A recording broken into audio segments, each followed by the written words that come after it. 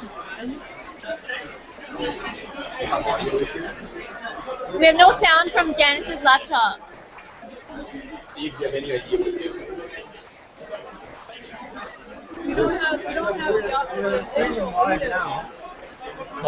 Where's Mohammed? He was just here. Does this work? Yeah, that works. Mohammed?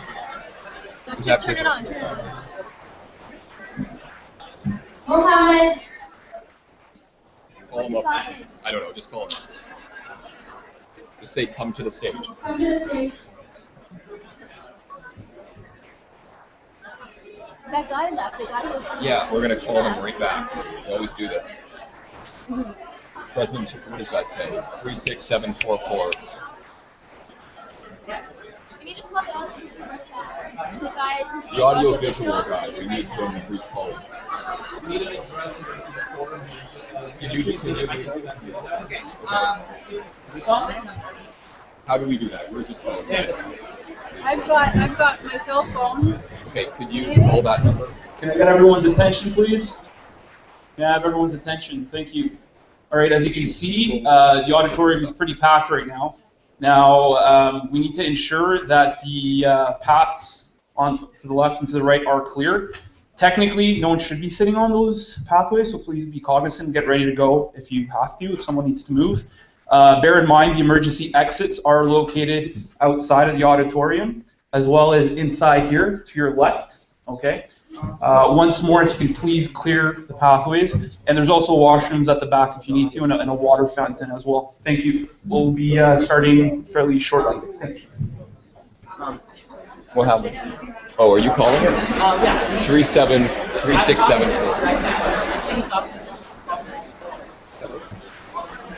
Yes, somebody said immediately after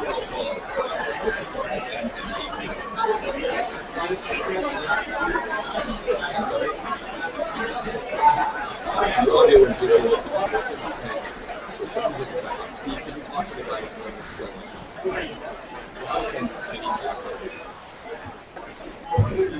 Sorry, can I have your attention one more time? If there are still people at the back that need a little bit more space, please feel free to come up to the front if you can. Yes. Thank you. I can't get the audio. Yeah. Don't be shy, just come right up and have a seat here at the front if you can.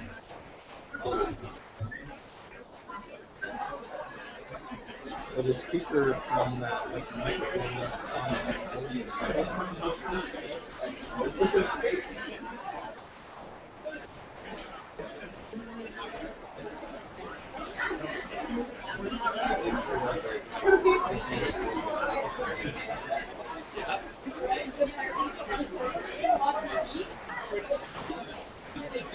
I'll be right back.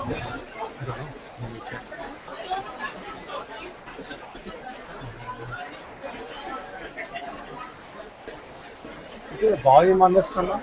Well, they're over there, the right? volume is it's right there, Yeah. but it's turned up. It's at 100%. Yeah, they're all up. Yeah. Okay, thanks.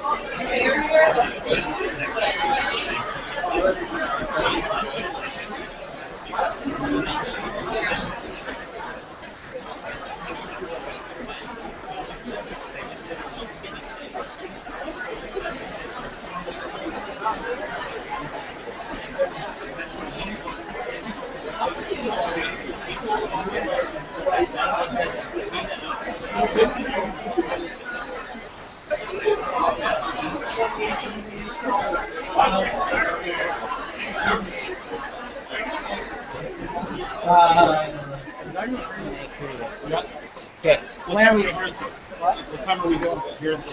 9:30. Okay.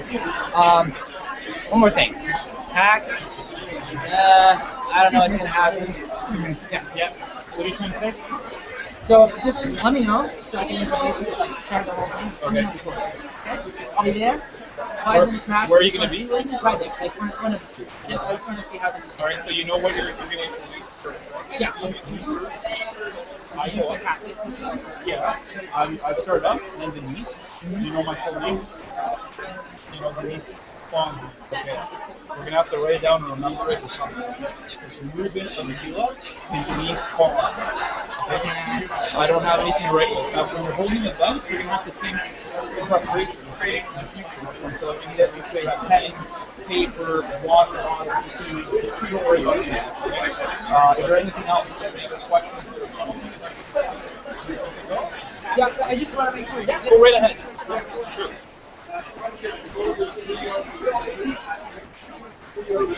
Yeah. Can you tell people we have live streaming going right now if you can't make it in? Okay. Live streaming, and how? Where is it going to be located? Hotel, we're gonna go to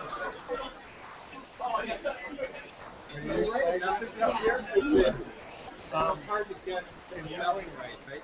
We would have to open it up on her. Yeah, just type a message in there. Yeah, yeah.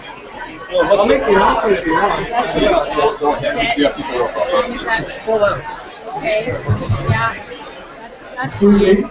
So all I have to do then just go back. This is, I and think, when I want to pause it, I way just- over what people expected, so thanks for Yeah, I coming can out do every that, day. yeah. I'm just documenting the event, but since there's a lot of people who can't probably get in at all, if you have a phone, you can, it's on live stream on YouTube. Pause it like So if you Google that. Dr. Janice Fiamengo at Queens, you'll probably, the URL Okay, thank YouTube you. Studio Brule is the channel. It'll be Thanks so on there. much. We're gonna put the URL up We on the were screen in a fiddling around second. here forever, so we can figure it out. Can you type the URL? URL? It's going to be like youtube.com. Okay, but what is? I'm not going to remember all that. So let's just open this up first. Just write it down.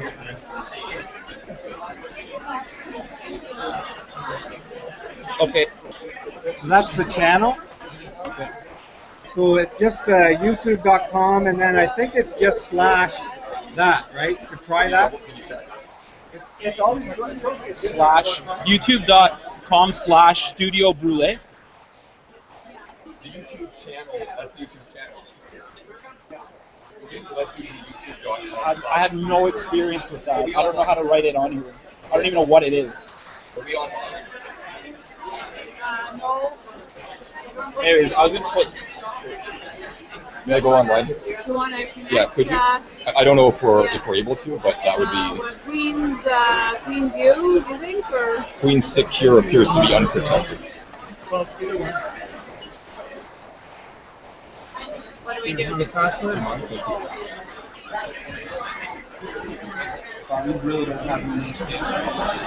When we start, I'm going to switch spots with Denise because she's watching the tape. Your first identity? We have to say Ruben and Denise.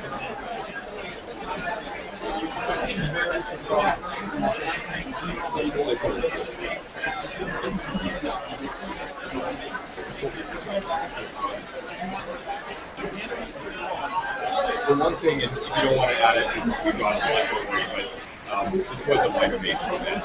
Nobody's putting money in. So we could just say, if you support what we're doing and you want to keep doing it, please make your contribution. We're asking for $5. Just do it.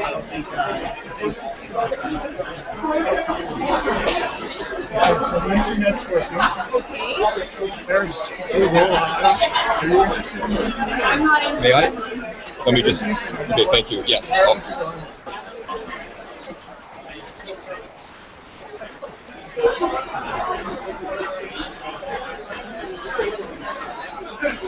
Yeah, /user/ that's the URL we want to display up there. Actually, can you project that screen? Can you project this laptop to that screen? That'd be great. Steve, we're projecting the live streaming now.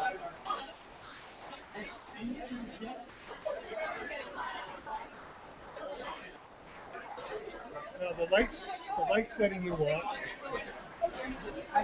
is here.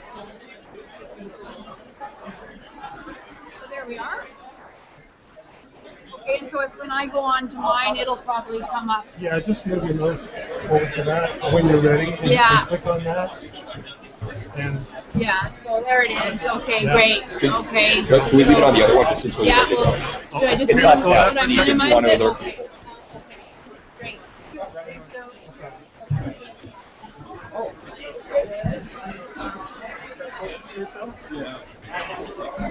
Can you just take the mic and remind people that we have it? Should it be actually running? You probably have to click on it, that's all. Do you want me to do that? I just need to like stand in front. It's not going to be some like either here. self-referential move. All right. On the screen right there. Can you take that camera off me? I don't want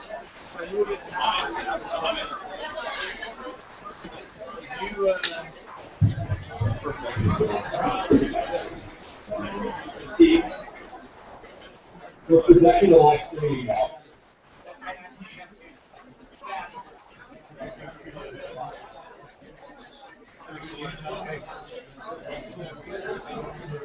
Okay, my review is done. I'm going to go back. We're good to go?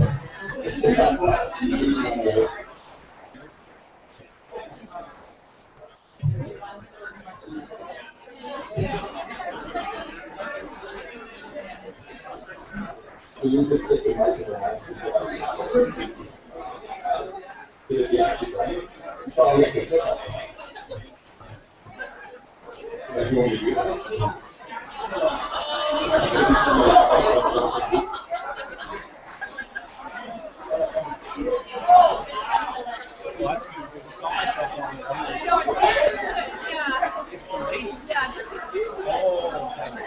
She's not doing that.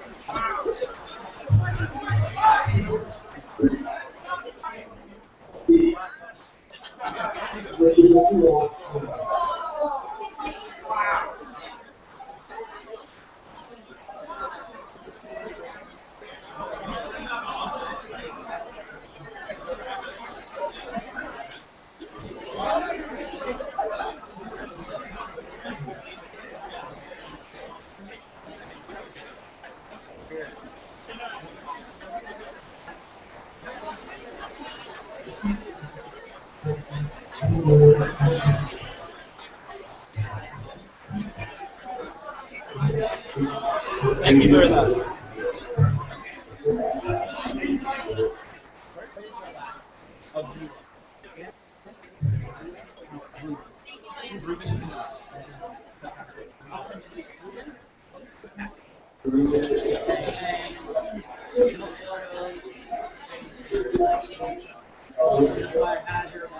Yeah, until we start getting going.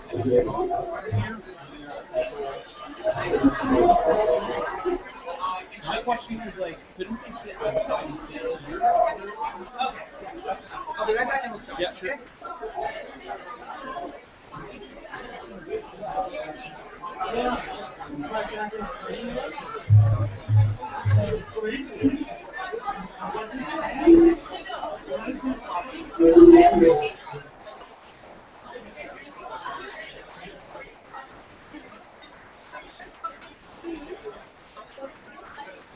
we have to have this projected up there? Do we have to have it projected up there? No, I don't know who put it up there. I don't know. What do we do? Do we take it down? Should we take it down? I don't even know what it's for. Like, they put some switch and put it up there. I'm not sure. We don't know who did it, right? Oh, Janice, Justin put it up there, didn't he? Oh, it's on here. Oh, okay. There, I just paused it. Yeah, let's just get rid of it here. You don't need it up there. You want your thing here, right? So we don't even need this on. Because, right thing? Yeah, okay. So I will minimize that too. We can close that too. Okay. Yeah.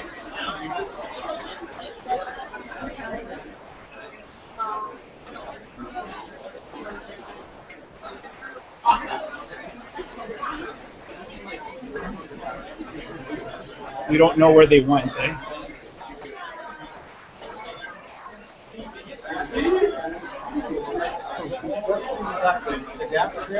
He's at the desk. He's protecting it right now, looking after it. And I put it underneath the So you okay right now? Yeah. Okay. After the microphone, slightly over to you now. Yes. Make sure you do introduce yourself. Okay, good. And there might be a lot of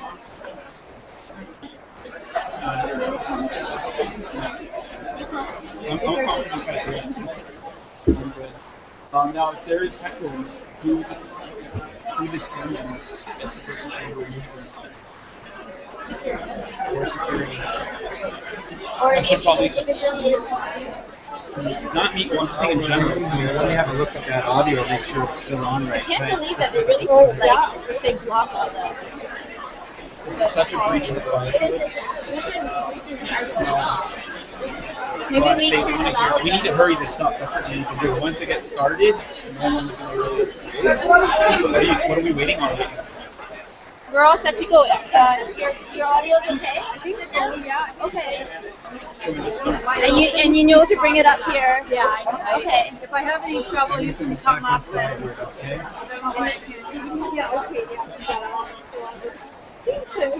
But we need to start this if people are going to get very anxious. Yeah. And they're singing off the position. Okay. What are we waiting for? We're ready to go. Shall we start?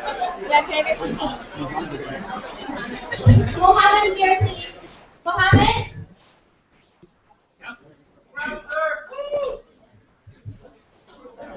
Come to the desk.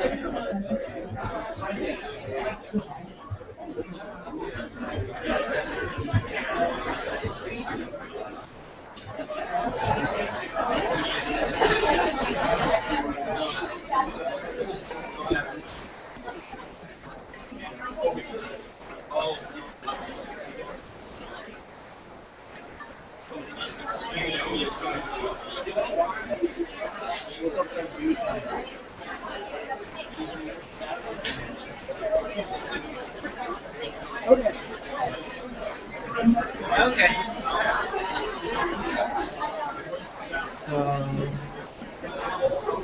It's on, it's on. Hello, everyone. Hello, everyone. Okay. So, thank you for coming here today. My name is Mohammed. I'm the president of the Men's Issues Awareness Society. We'll be introducing Professor Janice Fiamengo just shortly. But first of all, I'll try to introduce people from CAFE. They'll be talking about their organization first. So, go ahead.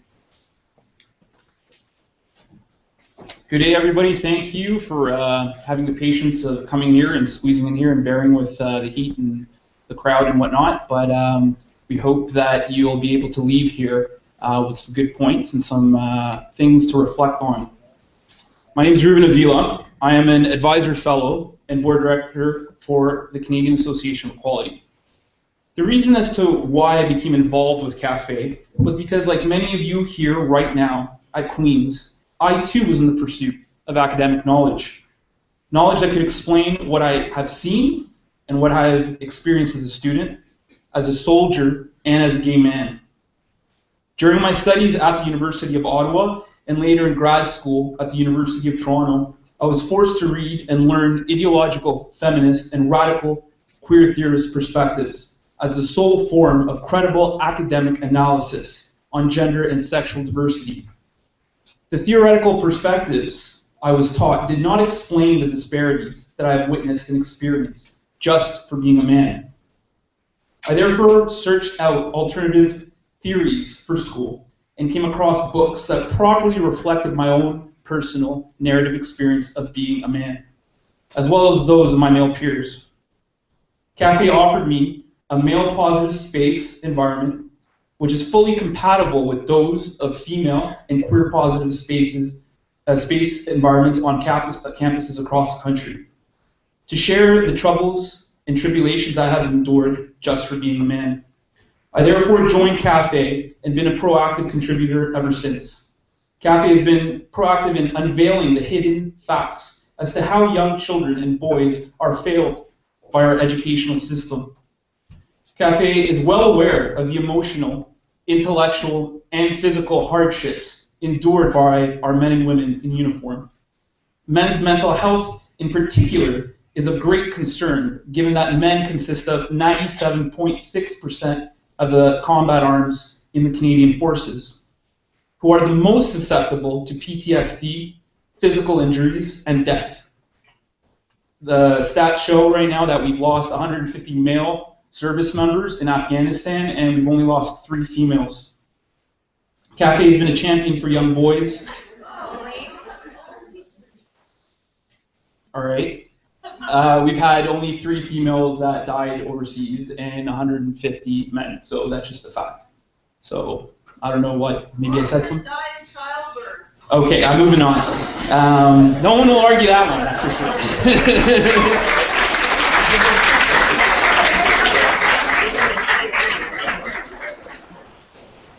All right, I'd like to finish though, so we can move on here.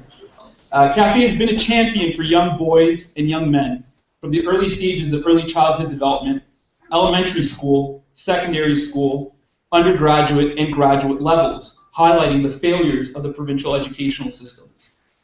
Cafe has been proactive in advocating for the rights and interests of lesbian, gay, bisexual, transgender, two-spirited, intersex, queer, and questioning people.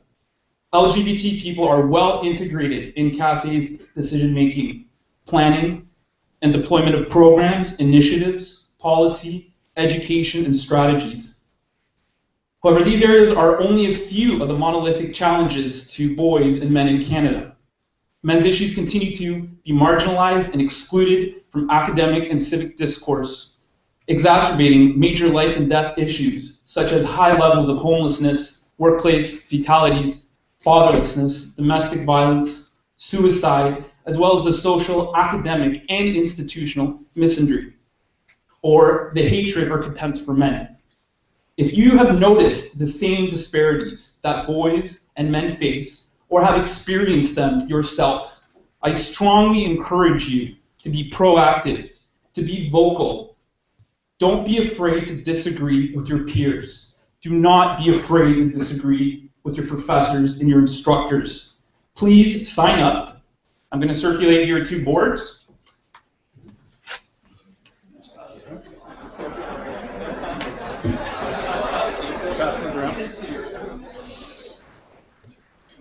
So these forums are just for information. It's not for membership or any of that sort of thing. If you are interested in the membership, you are more than free to go to the front and sign up there. Things will not change until we all become proactive and involved. Join the Men's Issues Awareness Society at Queen's University. For further information on resources, events, notices, or lectures, once more, please sign the piece of paper being circulated in the room. If you do have a couple of extra bucks in your wallet, please feel free to drop them in the donations jar in the foyer. And now I will pass you over to Denise, our Outreach Director. Thank you very much.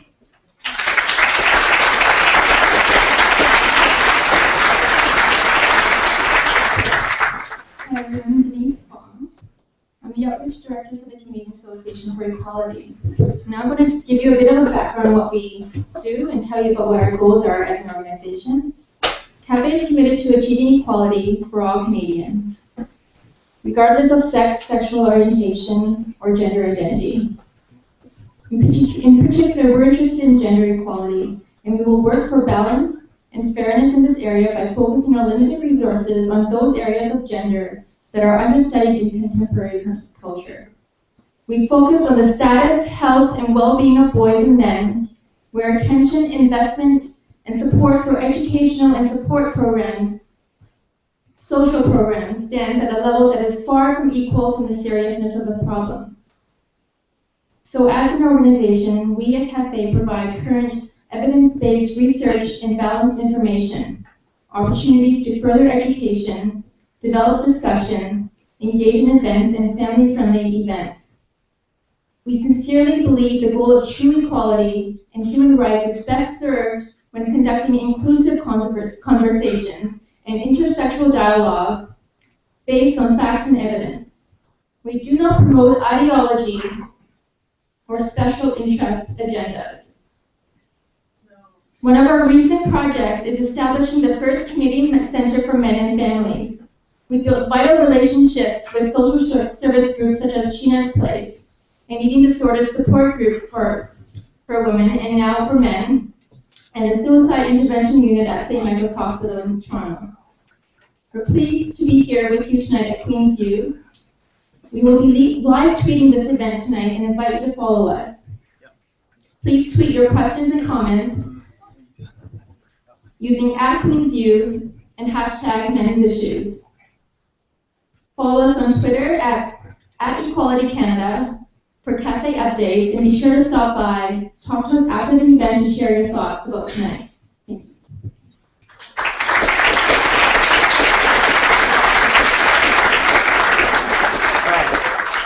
So this is how the structure is going to work. She's going to talk for about an hour, then there's going to be follow-up with a Q&A period. Each person, okay. Each one's allowed to ask one question, and for the most part, that'll be it. Okay? Please refrain from taking photos. I was notified by the club's manager that it's against safety here, so no videotaping and no photo taking, please. Thank you. So, for sure.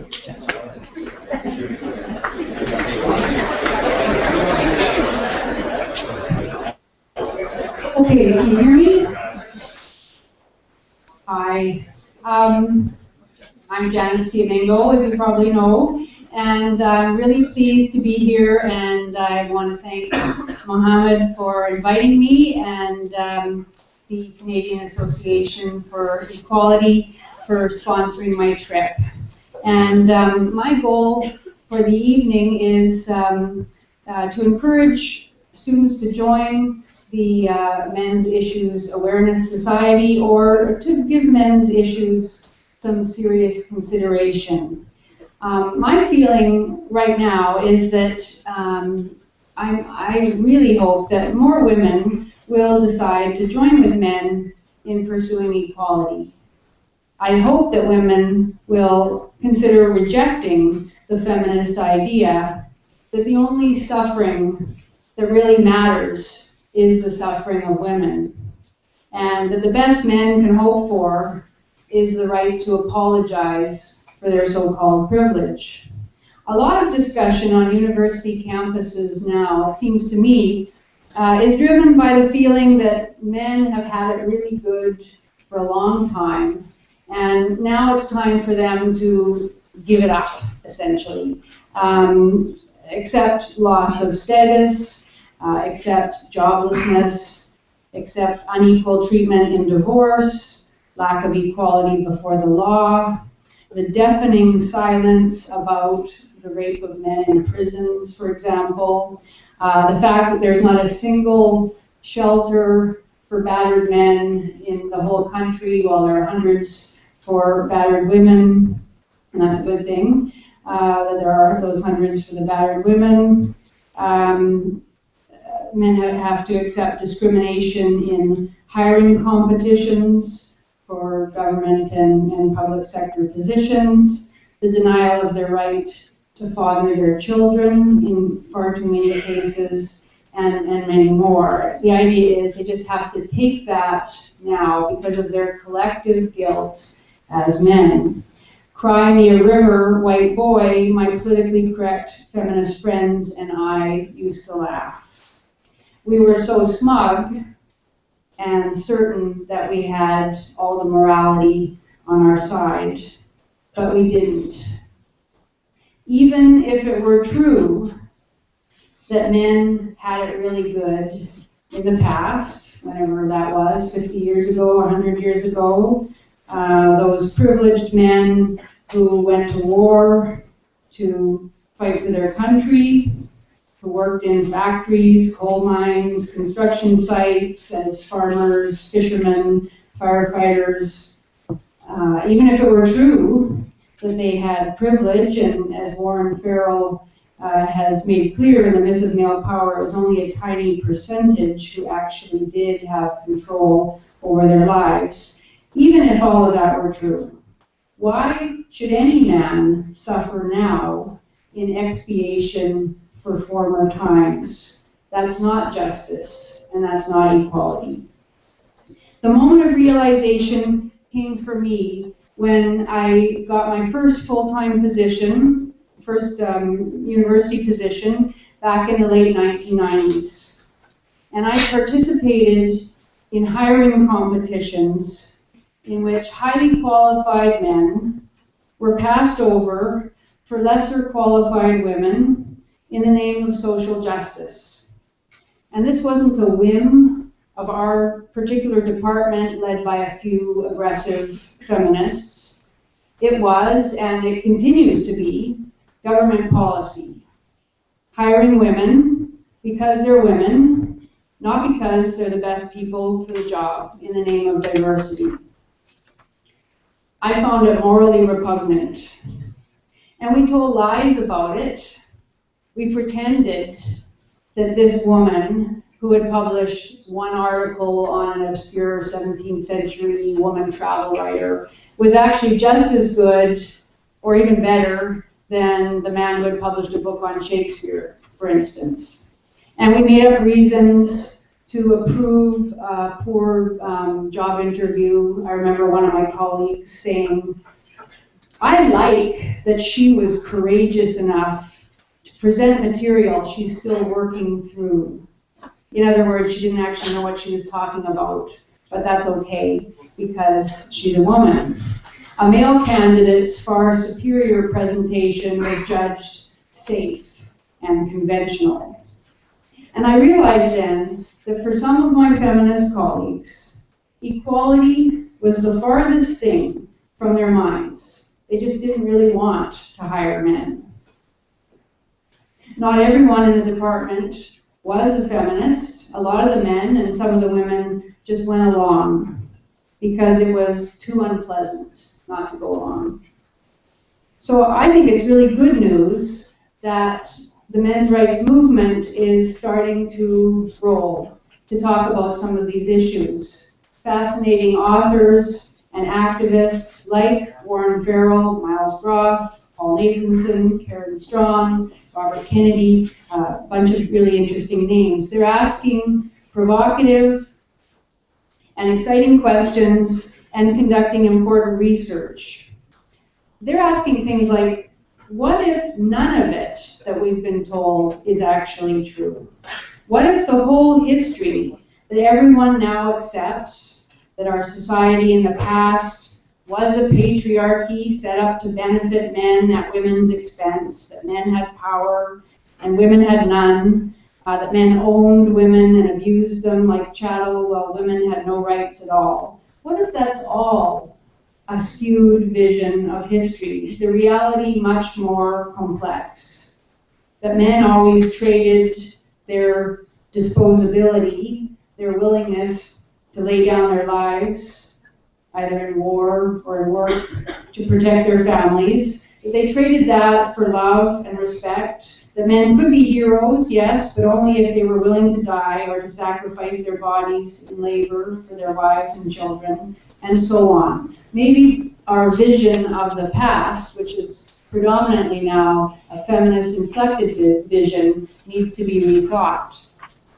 What if the basic statistics on which the feminist movement has rested its demands, about 1 in 4 women being raped or 1 in 5, for example, about the thousands of women experiencing domestic abuse every year in our country, what if many of these statistics are faulty or simply made up? Yeah, really. Christina Hoff Sommers, in Who Stole Feminism, did amazing research into feminism's dubious statistics 20 years ago.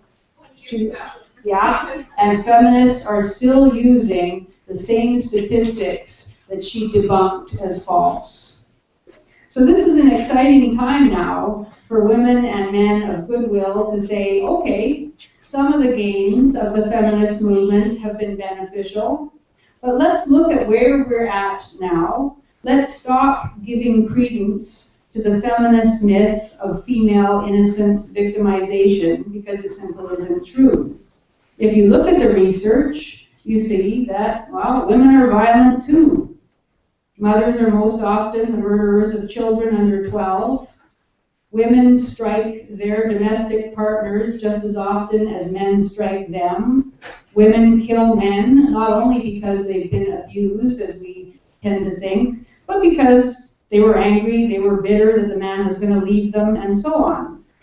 Let's see where the pendulum of opinion has swung too far, and let's turn some attention on men's issues. The fact that their life expectancy is lower than women's, the fact that healthcare spending on men is significantly lower than spending on women's health, the fact that male suicide rates are alarmingly high, especially in the 19 to 24 age group, the fact that a lot of men are just kind of dropping out, failing to launch, as Warren Farrell has said, choosing not to marry, giving up on the idea of fathering children, and so on, left without a strong sense of purpose and meaning for their lives. Are all these the fault of feminism? No.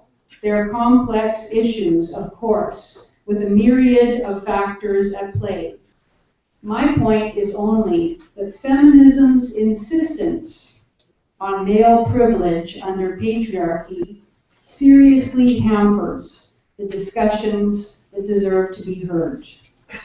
University campuses are supposed to be the places where these and other discussions are going on, where one studies all manner of things and debates all manner of things. But too often now, much of academic discourse consists of little more than sanctimonious platitudes treated as dogma. Universities have been taken hostage by activists with political agendas, and these activists aren't at all shy about using totalitarian strategies to impose their will and their worldview on others. And I think this has to be resisted. On the question of men and men's issues, it's notably difficult for men themselves to speak. They're called misogynists, they're called selfish, they're called rape apologists, they're charged with creating a chilly climate, etc. It is an interesting fact that women can speak out about their rights, and most everyone says, okay, good for them. But if a man tries to address an injustice that men experience, he's seen as adversarial, negative, probably even hateful. And that's why on the issue of men's rights and wrongs, women have to step up.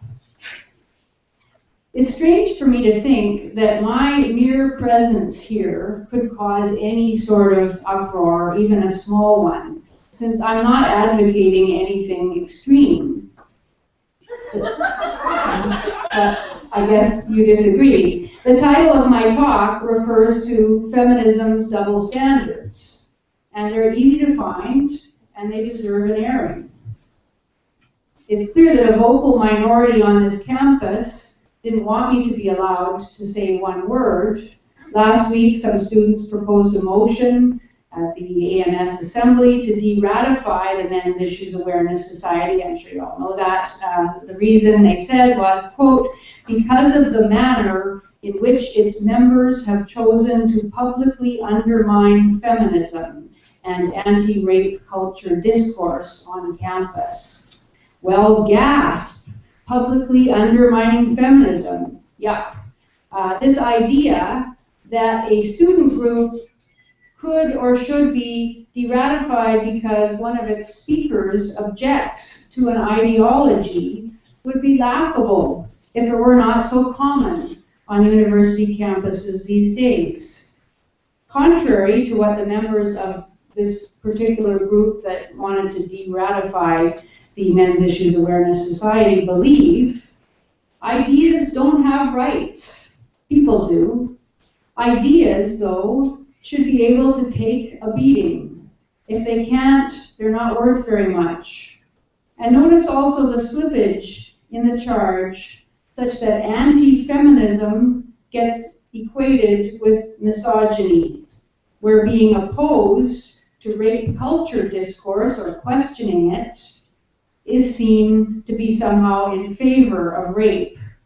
It's amazing how successful feminists have been in convincing our society at large that anything who has anything critical to say about feminism must be a woman hater. But that simply isn't true. You can value equality and value women's safety and still think that many of feminism's claims, research, and policies are wrong. And we have to be able to speak about these things. Let's say for a minute that I was a misogynist, or at least far more controversial than I actually am. Let's say I was going to argue, which I'm not, that the entry of women into the field of medicine has caused the quality of medical care to decline in Canada. Something like that. Or let's make it even more extreme. Say I was going to argue, which I'm not, that women's brains are actually different from men's, and that this is the reason women are not quite so good at certain kinds of intellectual endeavor, such as advanced mathematical research, as men. Should a club be de-ratified for inviting a person making such arguments to speak? Are we now in an era when self-appointed guardians of public morality declare what can and cannot be discussed in public? The puritanical...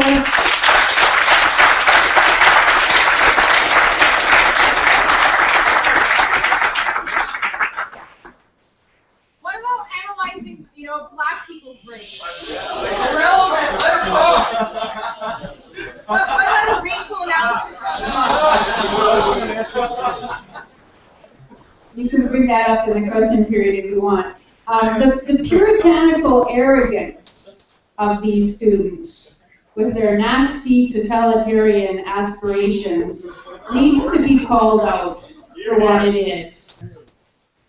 In the 2013 Campus Freedom Index, the Justice Center for Constitutional Freedoms reported that men's issues awareness groups are the target du jour of the politically correct on university campuses. And probably you all know these things, but just bear with me for a minute to review. The University of Toronto Students' Union denied certification to the Men's Issues Awareness Society there in December of 2012. What a blow for justice, eh? On the grounds that the group violated its anti-discrimination policy by, quote, perpetuating harassment towards women. In March of 2013, the Ryerson Students' Union denied certification to a men's issues group. It was two women and one man who wanted to start it up. it was supposedly affiliated with hate groups, and the union ruled in a Stalinist manner that that the union was officially opposed to the concept of misandry, and that it would not tolerate any group or events that neglected to, quote, center women's voices in the struggle for gender equality. Actually, there it misspoke because what really it meant was that neither men nor women have the right to discuss men's issues outside of the feminist evil patriarchy model.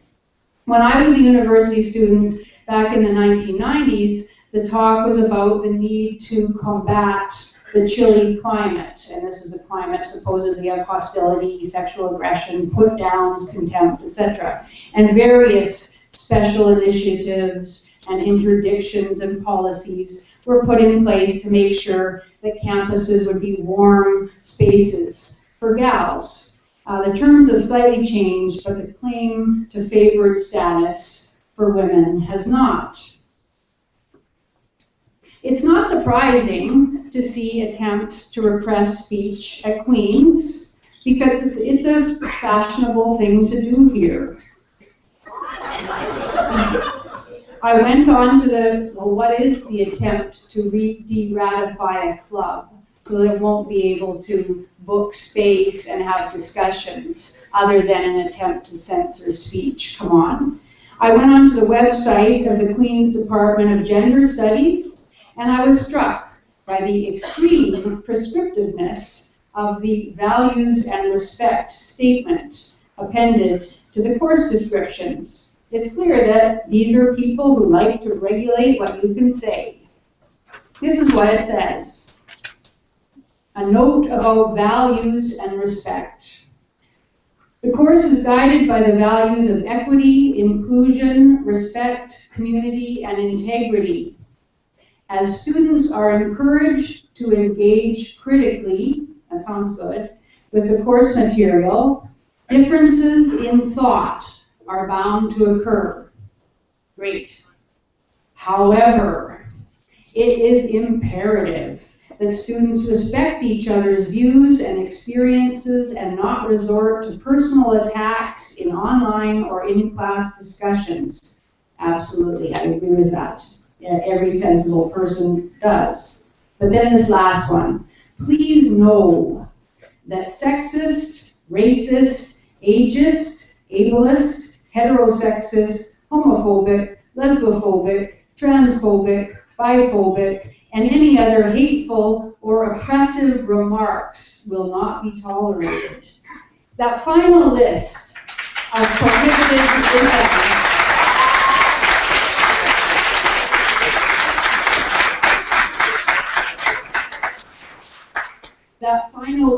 prohibited isms and phobias is certainly impressive, though I was surprised to see classist and Islamophobic missing. I think someone was asleep at the switch there.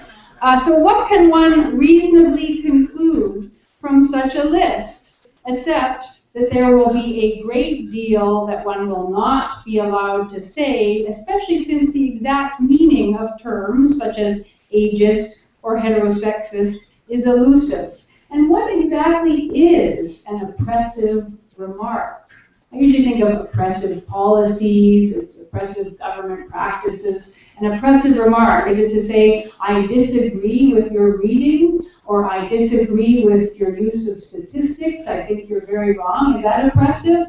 It really isn't clear. Surely the message of such a statement is that all genuine critical thinking should be checked at the door. Some of the injunctions seem to have almost nothing to do with the mastery of material, theories, and data covered in the course. What does it mean to prioritize community in a classroom? What if members of the class just don't like one another?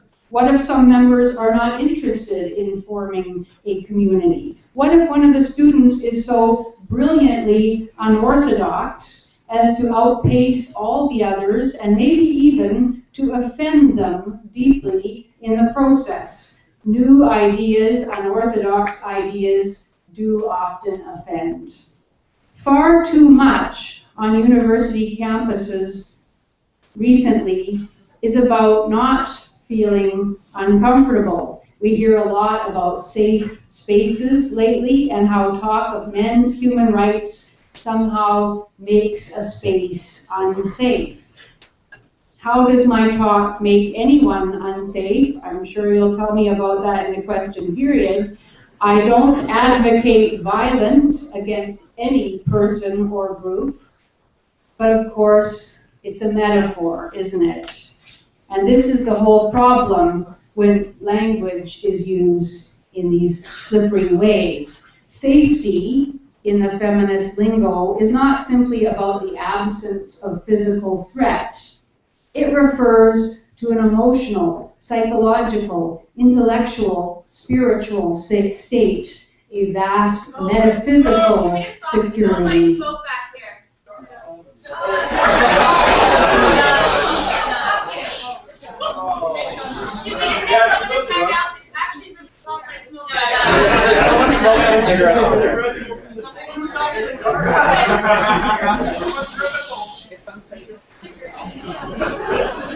Okay, I'll keep going until I'm told to stop.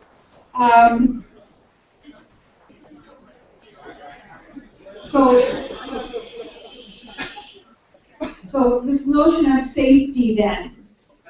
And what we're really talking about is a vast metaphysical security in which no hint of doubt or discord, no threat to anyone's self-esteem or beliefs would ever appear. Well, it's a nice idea in a way, although actually it probably isn't, since human achievement happens in response to challenges and difficulty. And the irony, of course, is that feminists don't really want a safe space for all, since they're outraged when men suggest that it would be good to have a men's center, where men could talk with one another and engage in advocacy for their causes. We see that feminists want safe spaces only for themselves and their allies. Their psychological well-being is to be secured at the expense of others. The problem with this notion, aside from the fact that it is ultimately unattainable, aside from that fact, the problem is that it requires ever more vigilant and repressive measures to achieve it. A few years ago here at Queen's, a couple of TAs ended a man's career because they claimed, and I'm not blaming them because I don't have any idea whether they intended to end his career, but their complaints resulted in that way. Ended a man's career because they claimed to have been made to feel uncomfortable and unsafe in his classroom because of sexist and racist remarks. He was a professor in the history department named Michael Mason, and while teaching a course on the history of colonialism, he gave examples of racist epithets, quoting from textbooks or other printed material. He wasn't calling anybody a towel head, which was one of the terms. He was giving it as an example. He also said that he hoped that his students would become masters and mistresses of the material by the end of the course. His TAs complained that such language was inappropriate, that Professor Mason had not created a safe space. Then the machinery got going. Professor Mason was called to answer to the chair of the department, and he was suspended from teaching while an investigation was to be conducted. The experience, though, was devastating for Professor Mason to be publicly disgraced on the basis of such flimsy, even ludicrous allegations.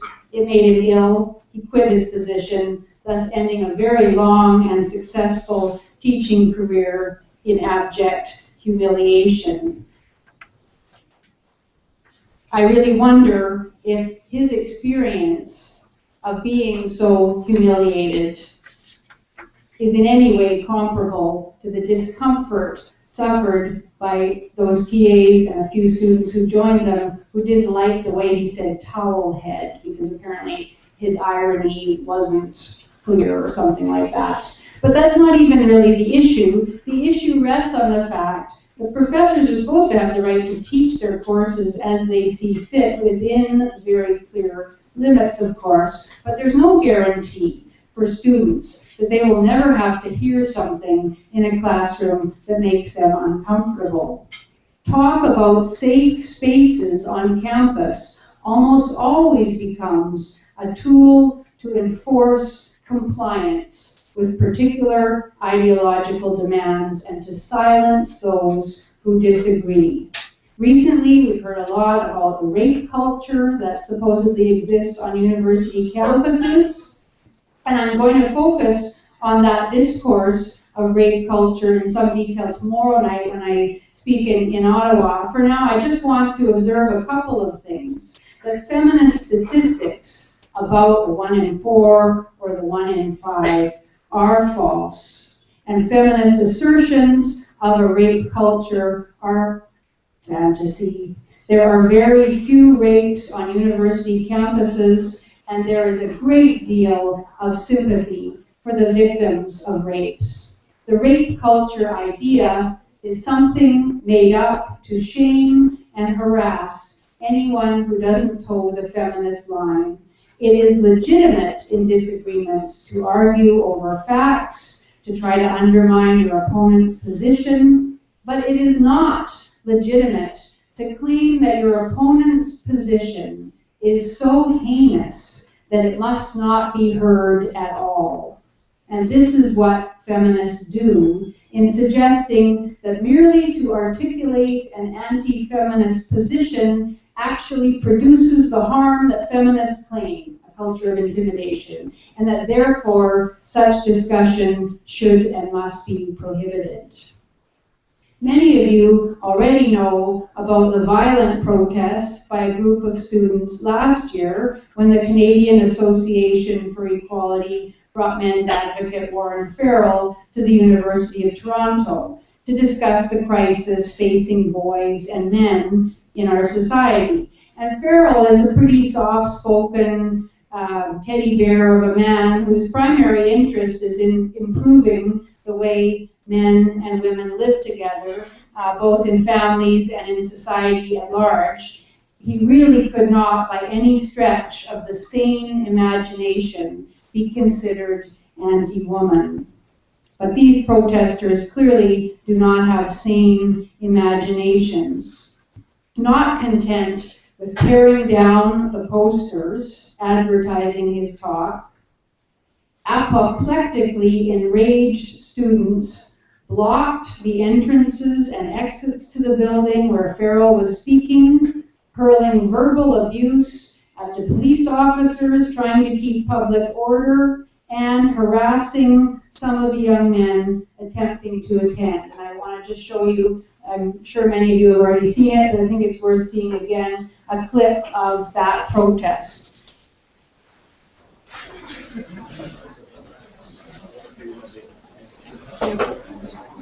Okay, let's see if it works. Well, wait, I set it back. that button. This one? Here. Yeah.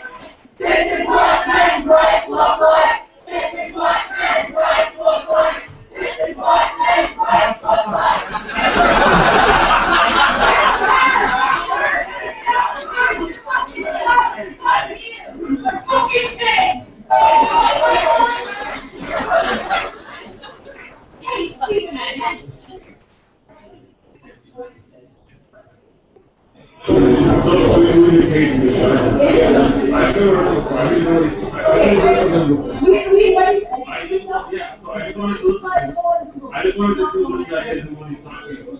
But I'll see you guys. Be funny, you're funny. You are funny. puppy break.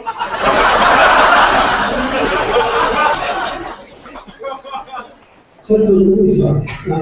Is there a veiling boy crisis? Yes or no?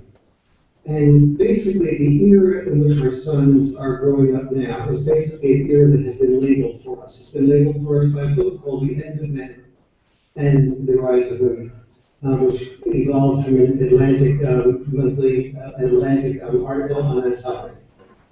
Obviously, if young men today are looking to the future and they see the end of men as their future, that doesn't really give you a lot of inspiration for life's journey.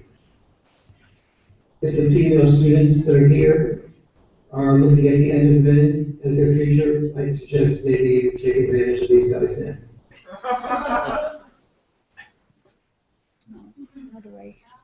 How do I minimize it?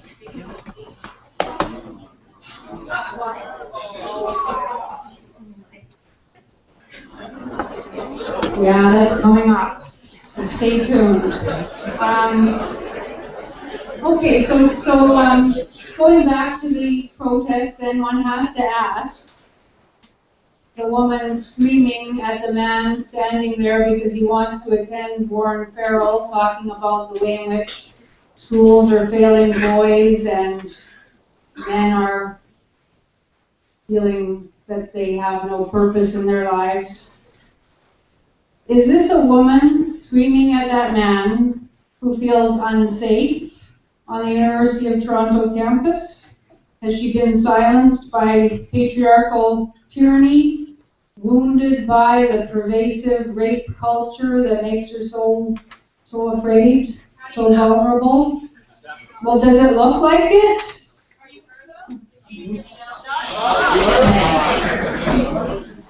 Does that action indicate somebody who feels at threat? The man standing there, taking the abuse, imagine if he had started shouting back, how the feminists would have howled, and how the university officials would have wrung their hands about the abuse of women. This is feminism's double standards.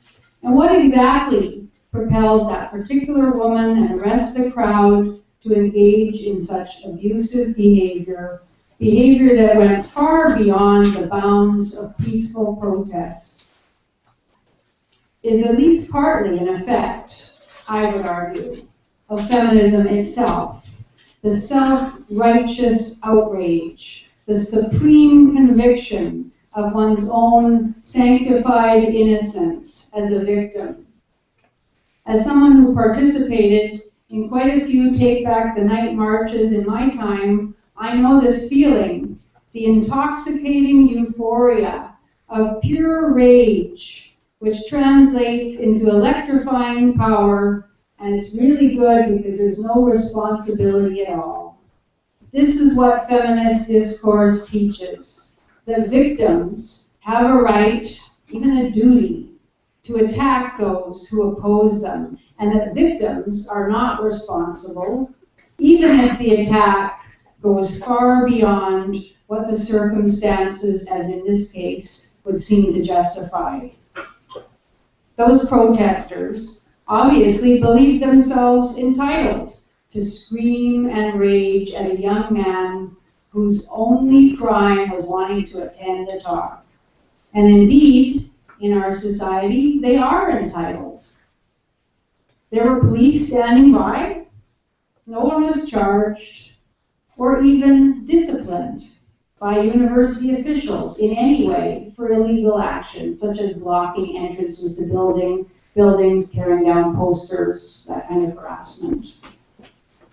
The university held no press conferences, expressed no outrage at the way young men were treated simply for trying to attend a university presentation. No task force was struck. No expressions of concern were uttered about the need to create a culture of respect for men on campus. Pure radio silence from the authorities. It's unthinkable that if the situation had occurred in reverse, that this had been a women's issues Awareness Society bringing in a feminist speaker to discuss the challenges facing girls and young women in our society, and a bunch of really angry anti-feminists had done what those students did, and screamed at the women trying to attend, and had blocked the doorways and exits, and had torn down the posters and all that. It's inconceivable that if that had happened, that there wouldn't have been at least a statement by the university condemning the disruption and offering an apology to the group concerned. And what was Farrell's crime in the eyes of the student protesters? According to them, he wrote something in his 1993 book, The Myth of Male Power, that made him a rape apologist. Feminism's favorite slander, which justifies nearly any measures to punish and censor. So what did he actually say? Let's look at it.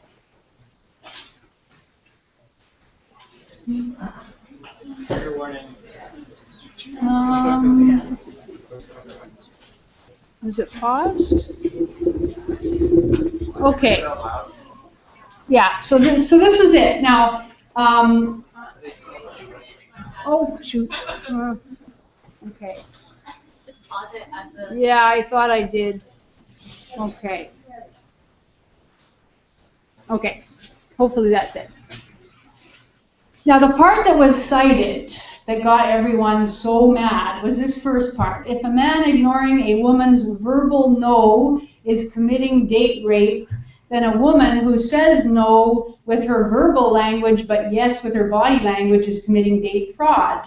And a woman who continues to be sexual even after she says no is committing date lying. That was the only part that was cited. And then the statement down the bottom, we have forgotten, the beginning of the last paragraph, we have forgotten that before we called this date rape and date fraud, we called it exciting. And a bunch of women were out there with these placards saying date rape is not exciting. But Warren Farrell was not saying that date rape is exciting. And if those protesters had actually read the full statement, although it is still, I'll admit, maybe controversial, worth arguing about, it is not a sanctioning of date rape in any way. The rest of it is based on studies, extensive studies of young women and their reported experience of sexuality. He says, do women still do this? 2 feminists, he's referring to 2 feminist researchers, found the answer is yes. Nearly 40% of college women acknowledged they had said no to sex even when they meant yes. In my own work, with over 150,000 men and women, about half of whom are single, the answer is also yes. Almost all single women acknowledged. They have agreed to go back to a guy's place just to talk, but were nevertheless responsive to his first kiss. Almost all acknowledge they've recently said something like, that's far enough for now, even as her lips are still kissing and her tongue is still touching his. And so on. Then he talks about, I won't read all the next part, about why certain kinds of romance novels in which the woman marries her rapist are very, very popular amongst women readers. And so he ends, notice how he ends. It is important that a woman's no's be respected and her yeses be respected. And it is also important when her non-verbal yeses, tongue still touching, conflict with those verbal no's, that the man not be put in jail for choosing the yes over the no. Okay? So that's the extent of the Warren Farrell crime. That seems to me a quite nuanced and sympathetic analysis. I'll just take it away.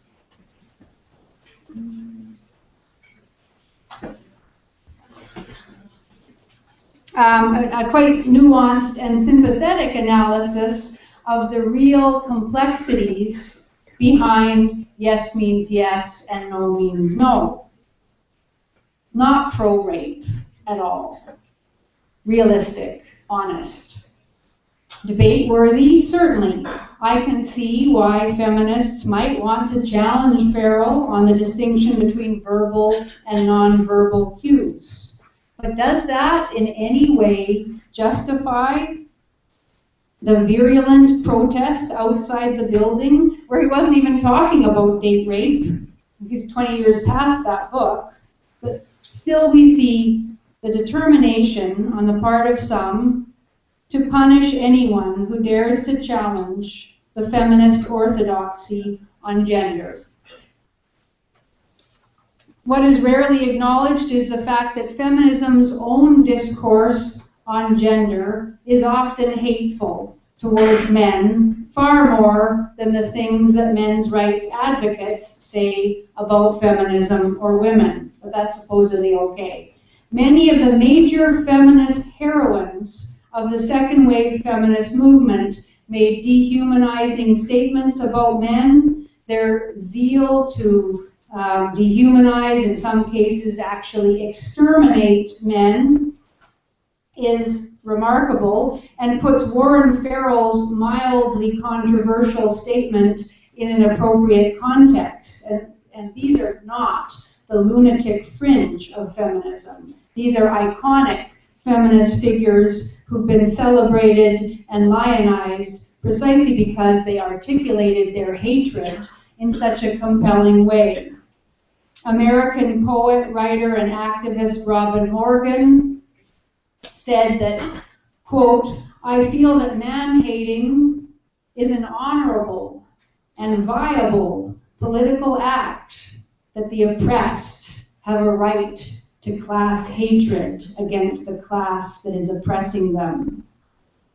Mary Daly, longtime professor at Boston College, described by the Encyclopedia of World Biography as the foremost feminist theoretician and philosopher in the United States, Mary Daly went even further in saying that, quote, "If life is to survive on this planet, there must be a decontamination of the earth. I think this will be accomplished by an evolutionary process that will result in a drastic reduction in the population of males." She hoped that men would be reduced by 90%. Valerie Solanas wrote in her Scum Manifesto that men were subhuman and should be eliminated. SCUM stands for the Society for Cutting Up Men. And she wrote that these hateful, violent bitches given to slamming those who unduly irritate them in the teeth, who'd sink a shiv into a man's chest or ram an ice pick up his asshole as soon as look at him if they knew they could get away with it. These females are cool. Solanas penned her Scum Manifesto way back in 1967, but lest you think it has interest only as a period piece, it has recently been reissued with a lengthy introduction by a professor at New York University, Avital Ronell, who has called it, quote, "indisputably prescient, a stunning testament to the rage of an abused and destitute woman." And she said it was notable for its evocative exuberance. So when feminists advocate that men are inferior to women or even subhuman, and when they propose they be eliminated from the human race and so on, when they make such hateful statements, they generally get a pass. And that's typical of double standards that I'm talking about. And you can find justification all over the internet for this double standard. It's different when women say violent things or hateful or dehumanizing things about men, because of course women are no threat. Women are victims. Women are not victimizers. Men are the violent ones. Men are complicit in a culture of violence. This is the rationale. So they just have to take the hatred. Just a few days ago, there was a Twitter campaign by feminists using the hashtag #KillAllMen. There's a blogger named Stavros who has a post titled Kill All Men. She defends women's statements of hatred against men according to the schema that I've just mentioned. You know, men belong to a culture of violence, men are the threat, women are innocent, women pose no threat, therefore women can say anything they want and get away with it. This is what's being acted out at the World Warren Farrell talk. This idea that women can do or say whatever they feel like, and should not have to take responsibility, shouldn't be judged by the same standards as men. And please take note, there is not a single men's rights supporter or critic of feminism of any stature who would ever, for one moment, suggest that feminist organizations or feminist clubs or feminist speakers should be silenced or outlawed. No, they're not. You find me one. Somebody who's trying to shut down a feminist club on campus. All the advocates want is the opportunity to argue their point in the public square, to talk about what it's like to grow up without a father, or how they're tired of hearing about their violence, or to talk about the sexual violence that they themselves have experienced, or to talk about their depression, or whatever it happens to be. The worry that if they, compliment a woman in the wrong way, the sexual harassment police may be gunning for them. At the present moment, of course, though, if someone even questions feminist claims, he's got a bunch of do-gooders telling him he's not even allowed to have a club. Partly as a result of the success of the feminist narrative and partly for other reasons, the problems of men, this is a vast and complex issue, but it is certainly true that for a variety of reasons, the problems of men are largely ignored in a society trained to believe that men's suffering matters less than women's, if they even recognize it at all. If there is a culture on university campuses, it may well be a culture of indifference and sometimes outright hostility to these issues. We hear next to nothing about the challenges that men are facing in the early 21st century. Very noticeable to anyone who cares to look is the fact that the proportion of young men at university is at an all-time low and continuing to decline. Where's the public outcry and the panel discussions about the truly staggering fact that men on campus are now outnumbered by women by a ratio of nearly 2 to 1? And there are other problems, of course. The high suicide rate that I already mentioned, the very poor performance of boys in our elementary schools, the lifelong emotional and social problems of boys who grow up without fathers, the depression many men battle as a result of divorce and losing access to their children. On the other side, there's very little attention paid to what men contribute to our society. The value of their competitiveness, their daring, their physical courage, their drive, their physical strength, their creativity, their particular humor, their nurturing, their self-sacrifice, and so on. Young men at university are constantly asked to assent to feminist propositions about women's heroic resistance to patriarchal oppression. They routinely take part in or at least witness female positive events and discussions. Well, that's great, but what about male positive events and discussions as well? Psychologist and academic Miles Groth asked this at a speech he gave at the University of Toronto earlier this year. He said, "Where is the tribute to the positive contribution that the average men have made and are making? The building we are sitting in, the roads that got us here, the metal fabricated from mined ores that hold up the building and span the rivers, These were and are provided almost entirely by the effort and design of men. Who hauled nearly every bit of food from farm to market and to the dining halls here? And who will lift the empty or full trash receptacles later tonight? A casual glance outside in the early morning hours or late at night will reveal that it is almost always a man, often a young man. So with growth, I ask, why should we pay tribute to women's achievements, which I certainly think we should, and not to men's? Why should we be concerned about women's issues, which I certainly think we should, but not men's? We can do so only in a world where double standards are acceptable, and unfortunately that's the kind of world our universities have largely become. Fair-minded women know that this is wrong, and they're not interested in demonizing men and taking an unfair advantage. The fact of the matter is that when men are made to feel unwanted, despised, accused, when men feel that it's not worth trying to make a contribution to their society, then ultimately a lot of women and children are in trouble too. So let's reject feminist misrepresentations and double standards. Challenge them wherever we see them, whether it's the Don't Be That Guy campaign that is very popular all across the country, or the use of false statistics, or whatever. Let's stop the campaign against university men. Thank you.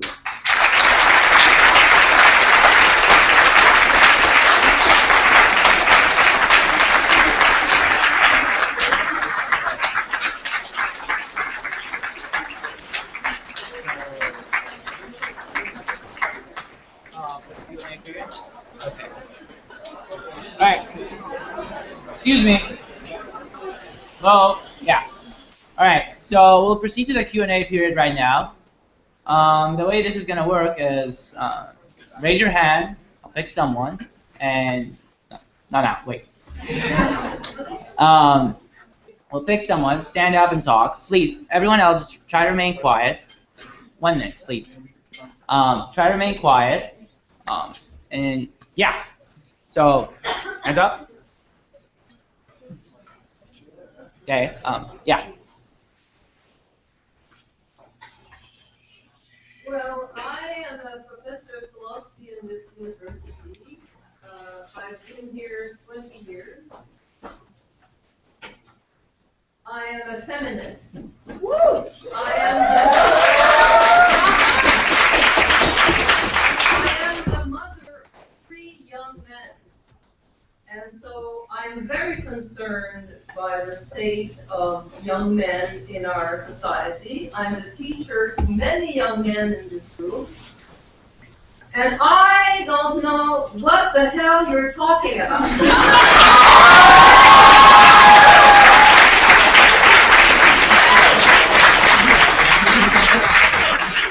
Have you never heard of any of the feminists that I mentioned who make those hateful statements about men? You've never heard of them? No, it's not a matter of cherry picking. You can cherry pick men's rights activists. We can cherry pick men's rights activists, and all you have to do is read the internet to see the amount of misogyny that there is in the bottom of every newspaper article. The amount of racism and misogyny that there is. And so, I mean, you're talking about something, I don't know where it's coming from. You cite no empirical evidence. You cite no facts, no statistics. And there is something extremely misogynistic about the way that you denounce feminism. Absurd. Absurd. What if? No, this is true. What if many of these statistics are faulty? But we know that the statistics are faulty. Which statistics? The statistics about rape. The statistics about rape.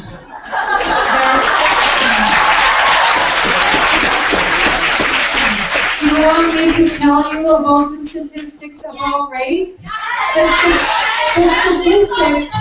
The statistic that is always used is that 1 in 4 or 1 in 5 women will be sexually assaulted in her lifetime.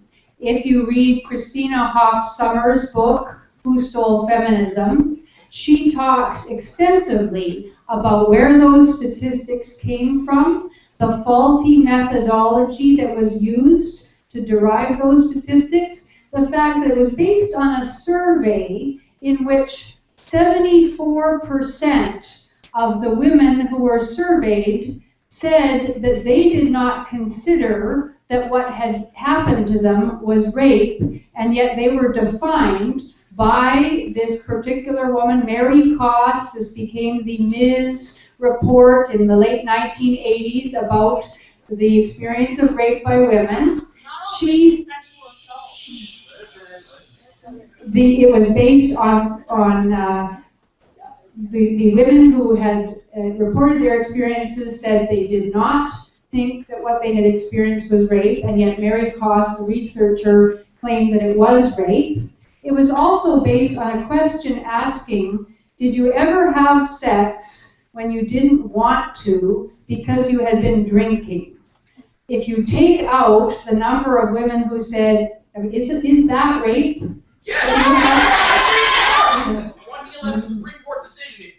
Well, just because it's, well, let's, come on. Come on.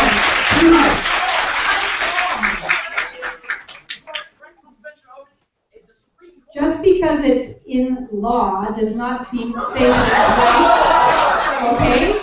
And also, just because you are drinking does not mean that you lack the ability to consent. Now, are we going to take that the other way then? What about the young men who are also drinking? Are they fully responsible for their actions, and yet the woman is not responsible for her actions in any way? Is this not...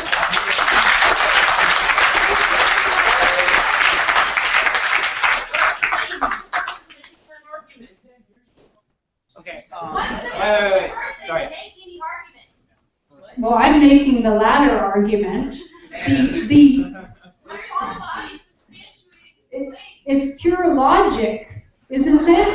That if two people are drinking and the law has decided, the law by feminist legal theorists influenced, has decided that just because a woman is drinking, she is never responsible. If she enthusiastically consents after she's had a couple of drinks, and then the next day she says, oh wow, I don't feel good about that. I think I didn't consent. I don't see how that is fair. And if the man was drinking and was under the impression that the partner he was with really wanted to be with him and to be sexual with him, should he be put in jail and his life ruined because he misinterpreted? This seems to me a demonstrable injustice. There, demonstrated. It's a demonstrable injustice. You created a hypothetical situation. Great.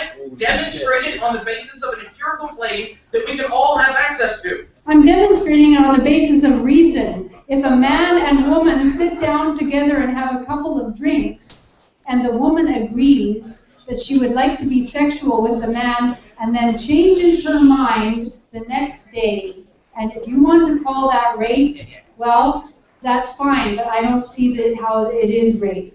I don't see why a man should go to jail for that. Okay. Anyway, let's move on to another topic if someone has another question. The girl in the blue, please. Well, I think there always definitely are messages, good fathers who give their children, no victims of sexual assault. I don't think anybody thinks those are good things.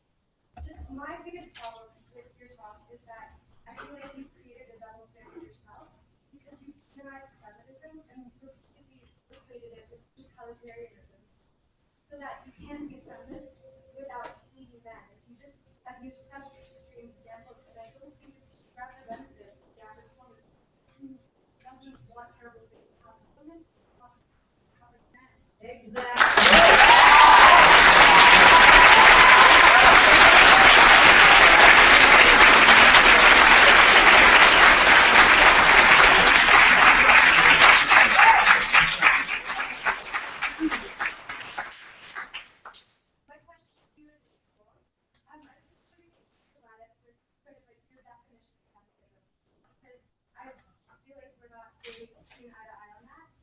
And also, if you could tell me if there's any elements that are positive and that would be good with clergy. Absolutely, and I commend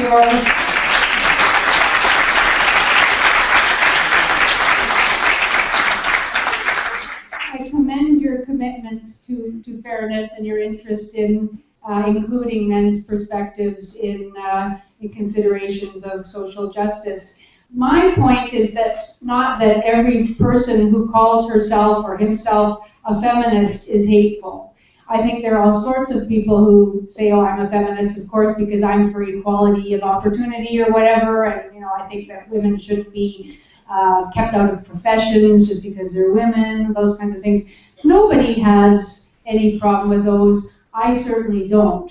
I'm all for equality of opportunity, and if that's what you mean by feminism, then I think that's a wonderful thing. I'm not necessarily for equality of outcome, if it has to be engineered by state bodies and that sort of thing. But anyway, those are perfectly acceptable views. The problem is that what feminism actually means within the academy, what it means when it is pronounced by high-powered feminist scholars, it means something quite different. It means that we live in a society that is structured as a patriarchy, in which men exert power over women, in which men have privilege, men have control, and women do not, and that women are the victims of male sexual aggression.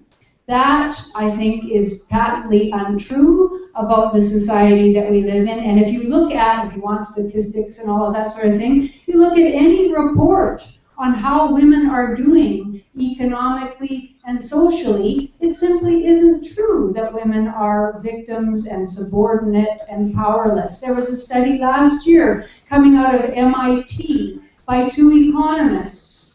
These were not ideologues in any way. They're just looking at things like real wages and skills acquisition and job status. And for men and women born after 1975, the young men are being left behind. So that's my objection to feminism. I have no objection whatsoever to equality of opportunity for all and equality before the law.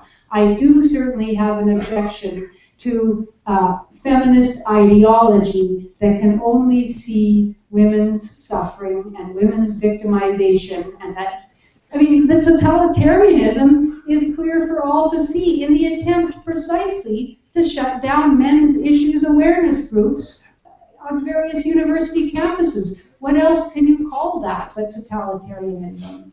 On the question of whether feminism, whether there's anything about feminism that I like, yeah, sure, of course I like the concern for girls and women. Everybody is concerned about that. What I don't like is the misleading use of statistics. When I took feminist courses, I was under the impression that domestic abuse was entirely a one-way street. It was all about men abusing their intimate partners.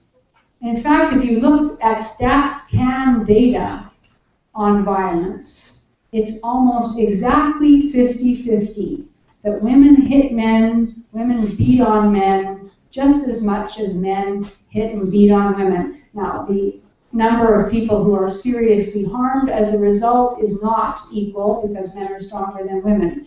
But in terms of the capacity for violence, it's equal. And if you look at statistics about lesbian intimate relationships, they're about the same in terms of percentages of relationships. Put the statistics on the board. They are not the same. Okay.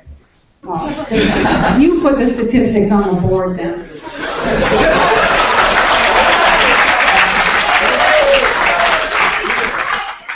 By the men's rights groups to give the next talk. Okay, you'll have your chance then. Okay. Yeah. Okay. One more thing. Can you please step down and to the mic, please, because people upstairs can't hear anything. You're not passing the mic. It's not allowed. So. Please come down. Okay. Get everyone to stand up so we can clear a path for the questioner to come down.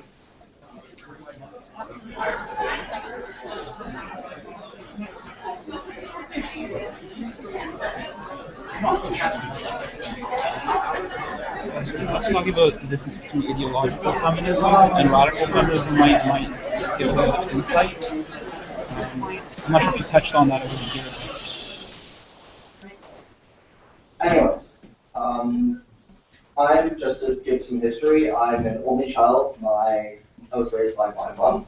Standard country boy, lived on a farm, like hockey, drink beer. Anyway, one thing I just want to address one thing, then I'll ask my question. You seem to be addressing feminism as only radical feminism. I know it's been talked about like that, but you equate feminism like the rightists address unions, where you only see the bad and you don't see the good. And it seems to be a bit of a problem because my mom's a feminist, my grandmother's a feminist, my great-grandmother's a feminist. And it just bothers me to be like, oh, this woman, this woman, this woman, all my family are, oh, they're all men haters, and that's not really true.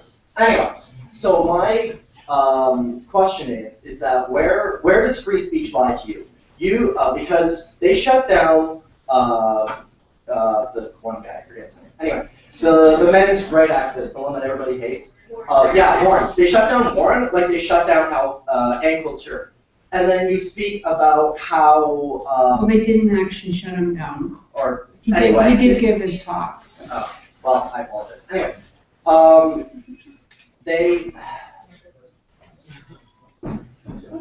Anyway, so where does free speech lie to you? So if he's allowed to speak, is Ann Coulter allowed to speak? Are misandrists allowed to speak? Everybody's open. So there is no such thing as censorship. Hate speech exists, but hate speech is okay. It's not right, but it's okay to use. It's okay to speak. There is no such thing as a wrong idea when it comes to the academic field. Oh, is that a good question? Yeah, okay. Well, first of all, I would just like to say in response to your statement about your mom and grandma and all that, yeah, I'm not saying that every person who calls him or herself a feminist is necessarily a totalitarian or a man-hater. Clearly not. There's a whole bunch of wonderful people who mean feminist to mean equal rights. And I personally admire greatly the first wave feminists who fought for women's right to vote and those who are interested in equality before the law, absolutely. To me, though, when I use the word feminism, I really do mean ideological feminism or gender feminism as it is practiced, as it's formulated by major spokespersons, those women mostly for feminism, and there is a fundamental element of man-blaming and man-hating and a refusal to recognize that men have not always been powerful. So it's a difference between those who are interested in equality and those who are actually interested in only a kind of gynocentric worldview where only women's concerns matter. That's the distinction that I'm making. Now, about free speech, I really have to say that I'm always surprised when people say, yeah, I'm for free speech, except for these kinds of speech that I don't like. I mean, it either is free speech, it seems to me, or it isn't. And so what I mean by that is that what is illegal is calls for violence. Calls for violence against individuals or against groups. But hateful speech, although it's true that in Canada we have hate tribunals, we have human rights tribunals that will prosecute and investigate people for hate speech. I don't think such things exist. I think such things are an outrageous attack on free speech. Any speech in a free society must be allowed, even stupid speech, even wrong claims so that people can challenge, just as you're doing to me now, and just as one would do with any speaker with whom one disagreed. If you start saying, well, free speech is great, except for these various kinds that I disagree with, then you don't have free speech at all. So, and Coulter, for instance, I was shocked that she wasn't allowed to speak. She's a really interesting speaker, and she's worth hearing. Sure, you debate with her if you don't like what she has to say. She's not an advocate of violence or anything like that. It's ludicrous that students should take it upon themselves to try to shut down others' right to express their opinion. That's all.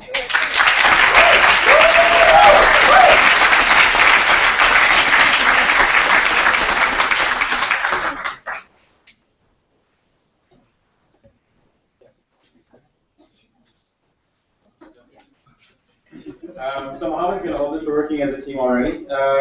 So first I just want to position myself because I feel that's really important in these discussions. I am a white heterosexual male, so I personally feel that I enjoy a lot of the privilege that a lot of people in this room, in this country, in this world do not. And that's really important when having these discussions.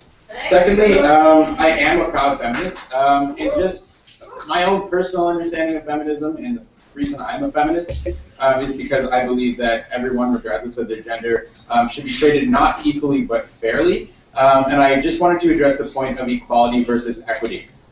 Because we talked a lot about gender equality, and I think it would be useful to talk about rather gender equity, because there's a difference between two people with different identities having the exact same thing, and two people being treated fairly and having the same right to live the same quality of life in the country that they live. So I'd like to hear your thoughts on that. And I do accept your right to think and say what you do, even if I don't agree with it. And I totally think that that's legitimate. But I personally think it might be counterproductive to come into the room and, I guess, attack feminism. And it's not a mystery that that's not really the group of people you really want to pick off if you're trying to do good work. So that's just, I don't know, a logical thing for me, because I don't really see how attacking feminists is going to help progress men's or women's rights, regardless of what gender you're going for. So yeah, so my question is,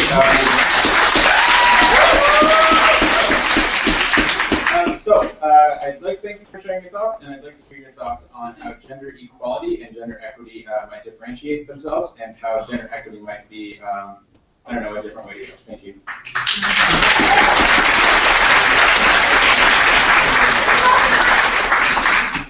Okay, thanks for the question. I guess you didn't listen to anything I said, because the reason that I am attacking feminists is because feminists, the gender or ideological feminists that I have cited, are not interested in equality. Therefore, there's no reason for me to want to get them on my side or speak to them or find common ground. There is no common ground with someone whose base ideology, who starts from the proposition that we live in a patriarchy in which men have all the power. So that's my point. I'm interested in reaching the undecided and those who are really interested in equality. I don't think I can probably reach any feminists, because they are so, any ideological feminists, because they are so set in their worldview that I'm sure nothing I could say could possibly change their minds. As to the difference between equality and equity, I think, we probably just disagree on that. I believe in equality. I don't believe in equity if by equity what you mean is special measures to make sure that people who belong to groups who have been deemed oppressed or disadvantaged, can catch up to the others or whatever. I just don't think that works either morally or practically. I think that what matters in a society like ours, in any society, is individual freedom and equality before the law, the opportunity to achieve. Now, that doesn't mean that poor people, for instance, shouldn't have access to services that enable them to get ahead, to improve themselves, those kinds of things. But where I'm coming from is, as I told you at the beginning, I sat through all sorts of equity hiring policies that were about correcting an imbalance. And all I could see in it was the unfairness of it, the individual unfairness. And there were lots of people who talked on and on about how it was so important to hire women or other minority groups, whatever, to make a particular workplace more diverse. What I saw was individuals being judged on the basis of qualities other than their actual capacities and intelligence, and being judged as a member of a group. And I don't want to live in a society where people are not judged as individuals. I thought that was the whole point of the civil rights movement, for instance. Instead, now we're back to identity categories by group, and I think that's a very poor way, a very divisive way of creating equality. Just to follow up a little bit, if I can. I did actually listen very intently to what you were saying, and I apologize if you didn't think I did. My thinking is that you're saying that there are some feminists who you don't agree with in terms of how they think men are evil. I'm a feminist, and there are feminists I don't agree with, and I think that there are men's rights activists who you won't agree with. So I don't think it's fair to homogenize groups is kind of what I'm getting at. And I'd just like that to be addressed in maybe some of your future talks. And I look forward to respectful conversations. Hopefully we can keep it civil and academic.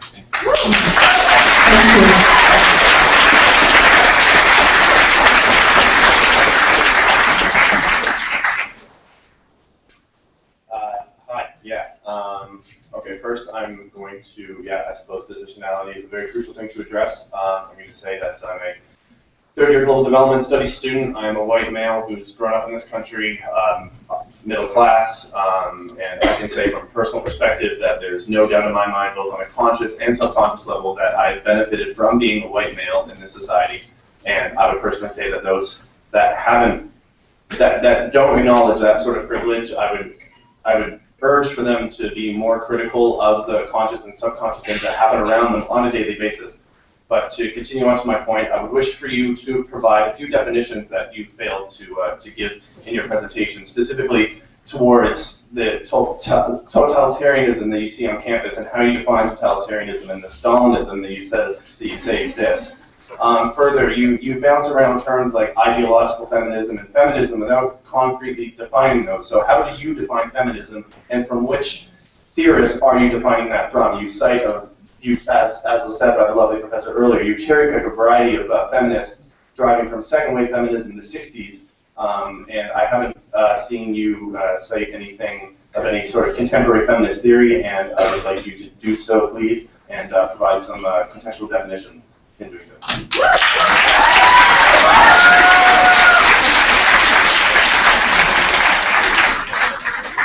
Well, thank you. As I already thought that I tried to explain, the feminism that I'm talking about is, derived from second wave feminism, and it seems to me quite legitimate to say that brand of feminism, which we could call gender feminism, or we can call ideological feminism, patriarchy theory feminism. My definition is that it is a feminism that is not interested in equality. It is a feminism that has a gynocentric worldview. It is a feminism that defines the society we live in as a patriarchy and begins from the premise that women are a disadvantaged class. And that's what I'm talking about. That is the kind of feminism that leads to statements about rape culture, that leads to statements about women's powerlessness, that leads to statements about men's dominance through sexual aggression, etc. How is that totalitarian? Well, totalitarian involves shutting down all dissent. That is the signature of a totalitarian ideology, is that it doesn't want to hear dissent. What else can you call attempts by student unions at various universities to prohibit clubs that have ideologies they don't agree with? I don't see what is so shocking to propose that. There are all sorts of clubs on various campuses that I don't agree with, but I would never imagine that it was my right to decide that because they support a particular idea, I'm not going to allow them to gather or to bring in speakers. That's all I'm saying. That is totalitarian, to attempt to completely suppress dissent. Thank you for that. However, I wish to say that while I appreciate you providing me your definition of feminism and ideological feminism, I was looking for the theorists from which you derive that from, and actually grounding that feminism in feminist theory that has existed and not only exists from the 60s, because you really alienate and isolate feminism as though it hasn't progressed in any sense theoretically from the 60s until now. And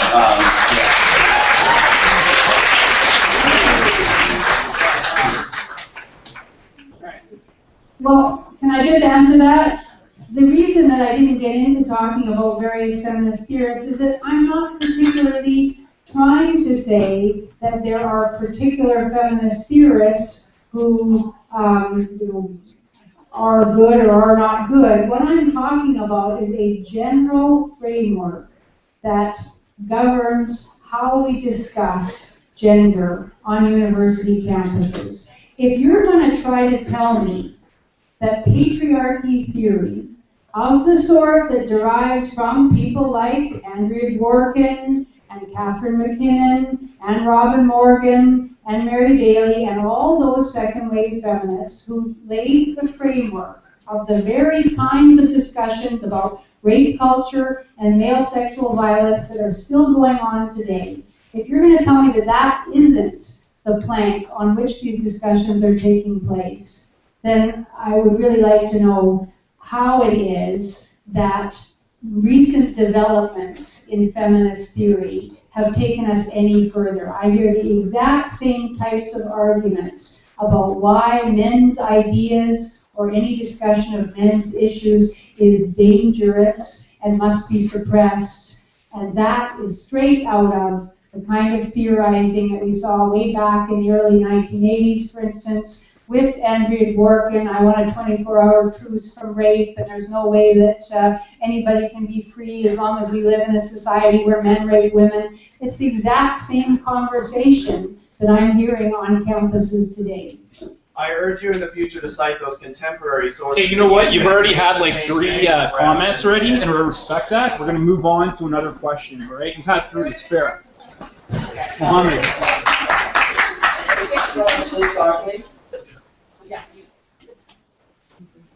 Yeah.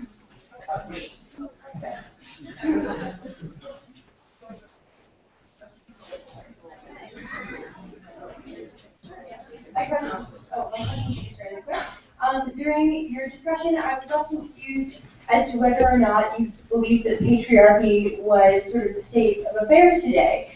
So my question is twofold. Do you think that we live in a patriarchal society? And if so, do you think that patriarchy could be the cause of some of the issues that you cited as problems for men today?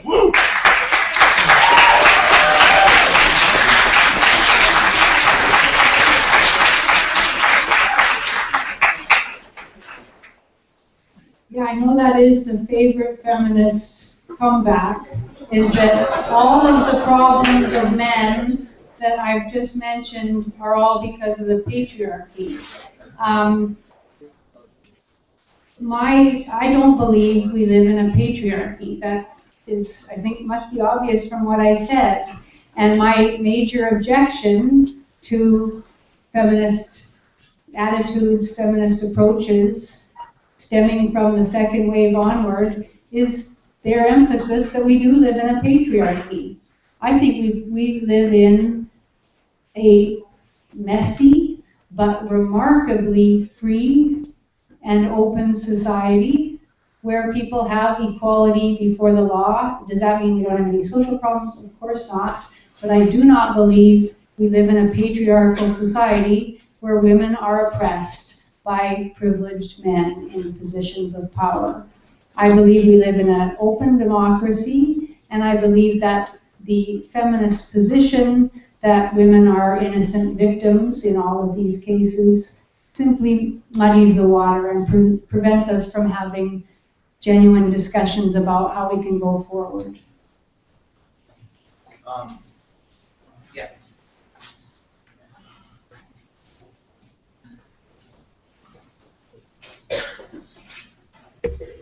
Hi. Okay, sorry. So.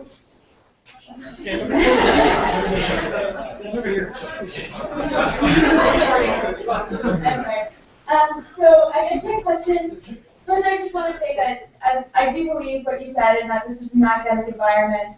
So no subject should be taboo and we should all try and be respectful, even if it's not necessarily something we agree with, because that's how progress is achieved. So I just wanted to preface my question with that.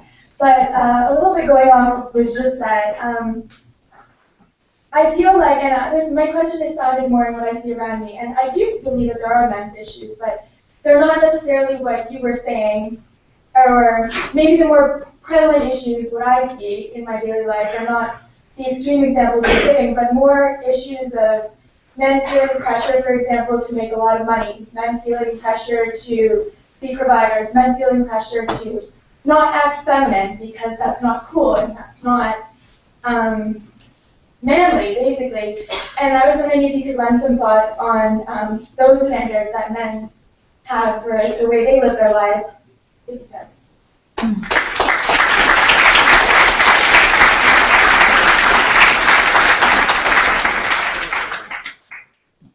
Well, you know, those sound like much safer kinds of men's issues to discuss than the ones I raised, because they are the kinds of problems that one can blame patriarchy for. And I'm not saying that men don't feel pressure to, conform to a certain ideal standards of masculinity or whatever. I mean, the only point really that I think needs to be made over and over again is that it's up to men to decide. And what seems to happen whenever men want to say, let's have a men's center on campus, or let's form a men's issues awareness society, immediately a bunch of feminists step forward and say, oh, no, we can't have men talking about their issues. Often feminists will say, well, men can discuss their issues within a feminist context. Well, sure they can if they want to. I don't have any objection to that.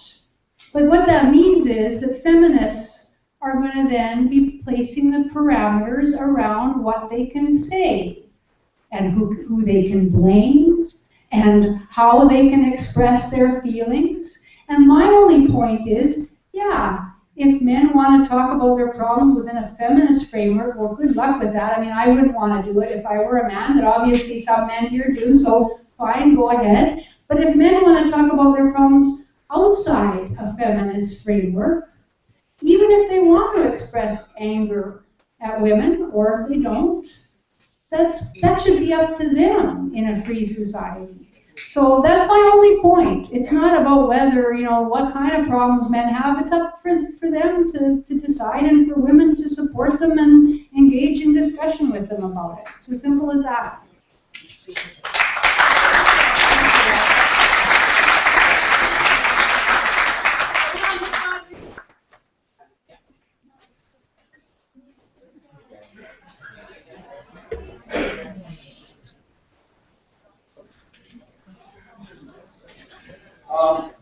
I'm white, I'm male, straight, temporarily able-bodied, and I'm socially acceptable body size, so I just like to check my privilege first.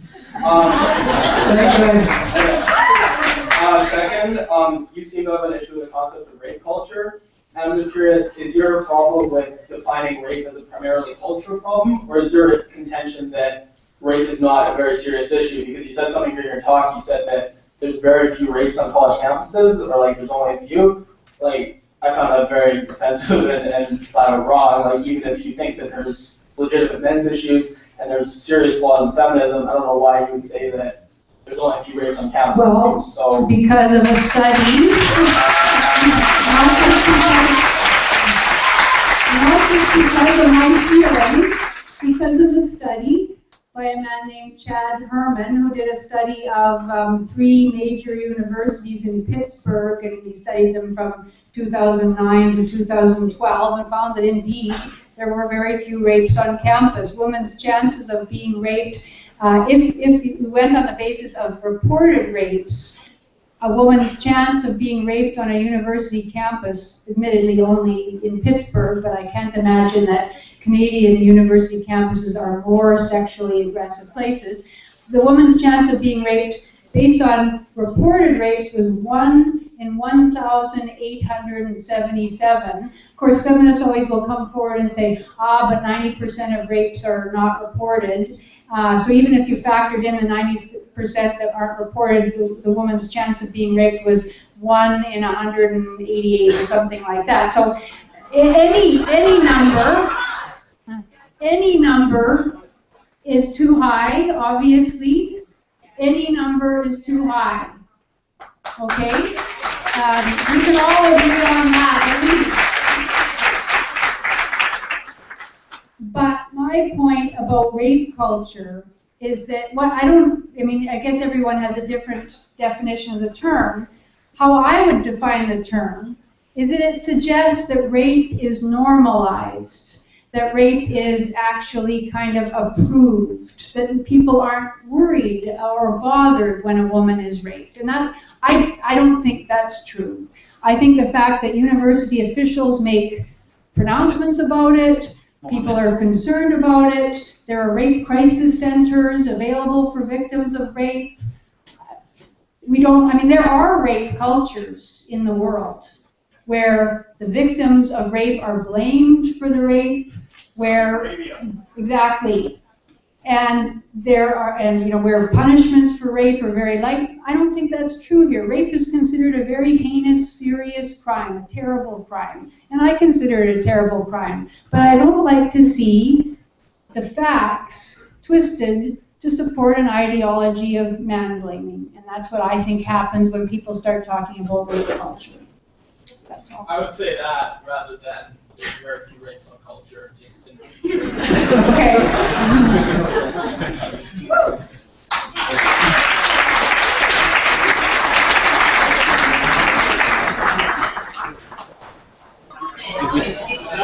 We only have time for 2 more questions, and I'll ask for just maintain decorum and just 2 more questions. Yes, by all means. I just want to add that you can tweet your questions or comments to #Men'sIssues or @QueensU.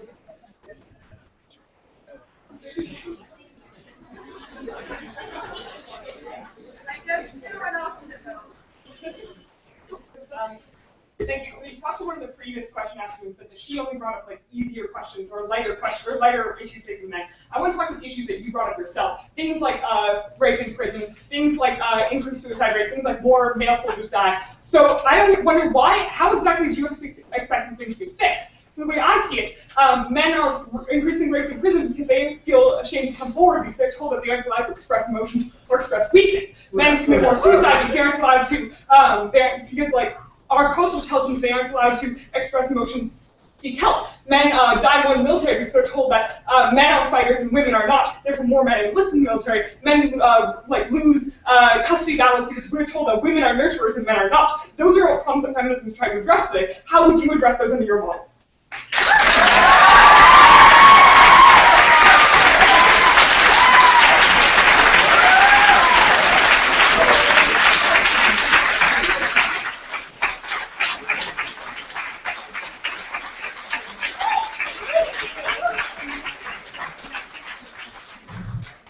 Well, first of all, I would say that you seem to be operating within a social constructionist model that again goes back to patriarchy theory, whereby everything, if you can just throw off the way we're socialized and be socialized in a better way, that a lot of men's problems will be solved. And I don't actually any longer, that's another sort of basic plank, I guess, of feminist theory, that most of the traits that men and women express as their femininity and masculinity are socially constructed. I don't actually think that's probably true. I think men and women are actually quite different in some ways, although certainly social construction plays a role. So the fact that men are, more geared to sacrifice themselves for their families, to feel protective of their families, to go to war. I don't know that those are things that can simply be changed just by thinking about gender differently. And for instance, the reason that men lose custody of their children is often because judges have a predisposition to believe, because they are feminists themselves, that women are better nurturers, that children should be with their mothers. And often if a man has spent all of his time working in order to support his family, therefore he's seen as not to have spent as much time nurturing his child, which seems to be patently unfair. The issue that I would say about custody of children is we should have shared parenting. That should be the fallback. So we should get rid of the stigma that women are better caregivers, which is one of the goals of the feminist movement, the modern third way of feminist movement today. I think you'd find if you research that an awful lot of feminist theorists are opposed to shared parenting. I've been reading about that extensively, actually. So I would just invite you to research that, because it is certainly the case that a lot of men's rights activists have been lobbying to change the law, and the resistance they're meeting is from feminists. So, but my point is not that I have a scheme to solve all of men's problems, far from it. All I'm trying to say here is that it's sad that men have trouble forming a men's issues awareness society on any university campus in Canada today. Now, I don't know if we can all agree on that, but that seems to me the primary issue, and I don't know how you can argue that away. I mean, all of you have stood up and said, feminists aren't like that. Well, then why is there this opposition? And why are not all the pro-feminist students on campus, either here or elsewhere, at the places where these men's issues awareness societies have actually been prohibited? Why isn't there like a public outcry on the university campuses about it? Because it seems to me pretty shocking. Because the men's rights movements is blaming feminism. So what? They have every right to do so. But you can't not expect backlash. Like, you don't have the right to do so if it's grounded on false claims. Claims that are sexist about the fact that women lie, so their statistics are faulty. So you're saying women never lie?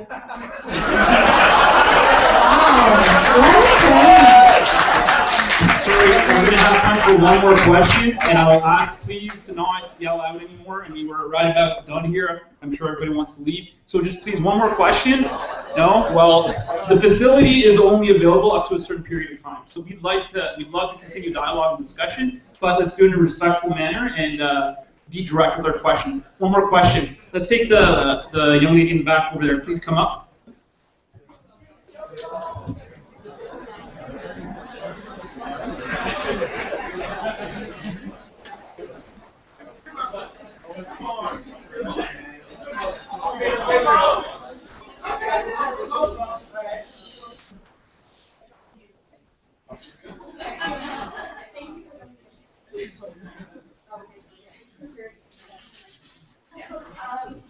So I would just like to preface it, like a lot of questioners have been saying that I do identify that there are men's issues. I don't dismiss that as a gender studies minor. And what I'm very concerned with, though, is that, as has been stated, not to offend, but you sort of skirted answering it a lot, and I'm hoping to get an answer, since it's one of the closing questions, is that you're treating feminism as a sort of monolithic form, and basing it largely upon radical feminism, and you're using that to inform perhaps I could be confusing this. That's what I'm doing, You're yeah. using it to inform how you're viewing how gender studies in a theoretical setting is taught. And I would just like to say that from my experience, there are actually more nuanced discussions of privilege happening in a lot of my courses that actually take into account things like intersectionality and acknowledge that not all men de facto have privilege. Yeah, And that there are different intersecting identities that inform whether or not you're going to have privilege. So well, my question to you is, do you think that you're doing a disservice to discussion that you're trying to conduct by limiting it only to radical feminism? Because to me, I think it really is. Well, I know all about intersectionality.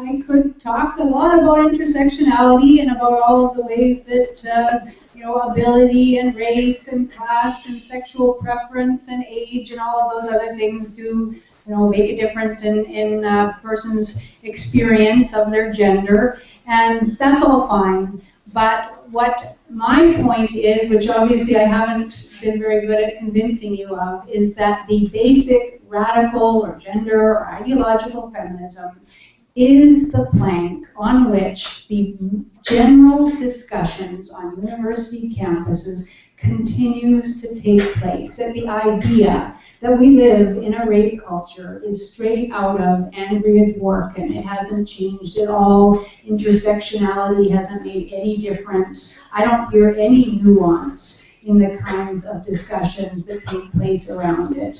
And that's my concern. If there are different things going on in individual women's studies classes, that's wonderful. But what I'm asking you all is to consider that outlawing of Men's Issues Awareness Society is straight out of the second wave feminist totalitarian agenda that men have to suffer in silence because women's victimization is the only thing that counts. So that is the reason that I haven't been very interested in intersectionality or any of the more recent feminist theorists.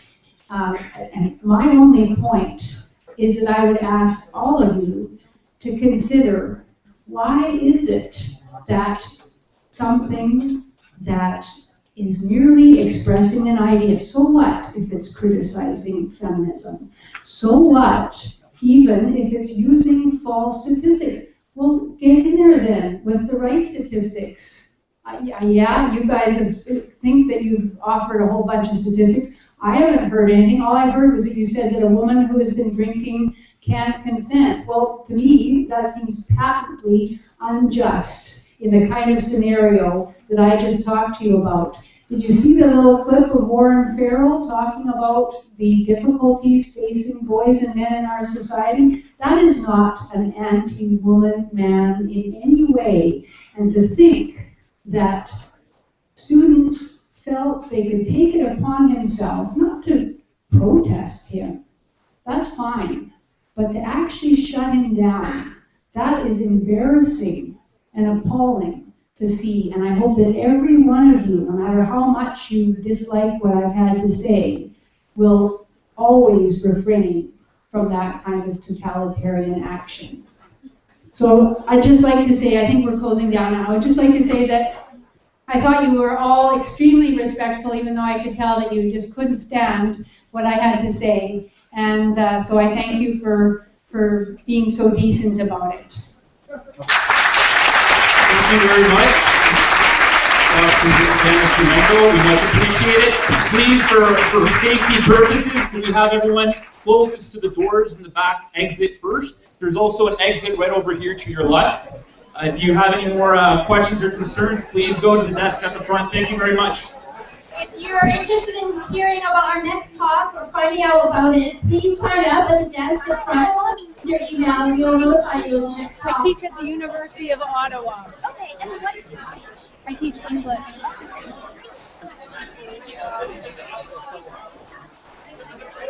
Excuse me.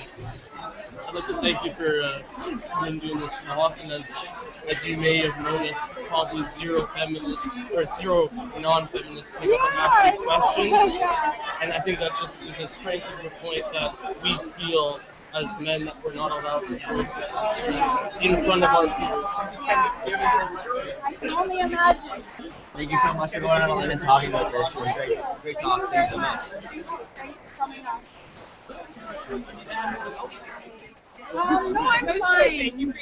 Well, thank you. Well, thank you. I don't think I convinced a soul, but anyway, I made my point. Oh, I'm impressed that you can be so. Well, thank you very much. Thank you. I have to say that you did convince me. Oh, thank you. I don't know.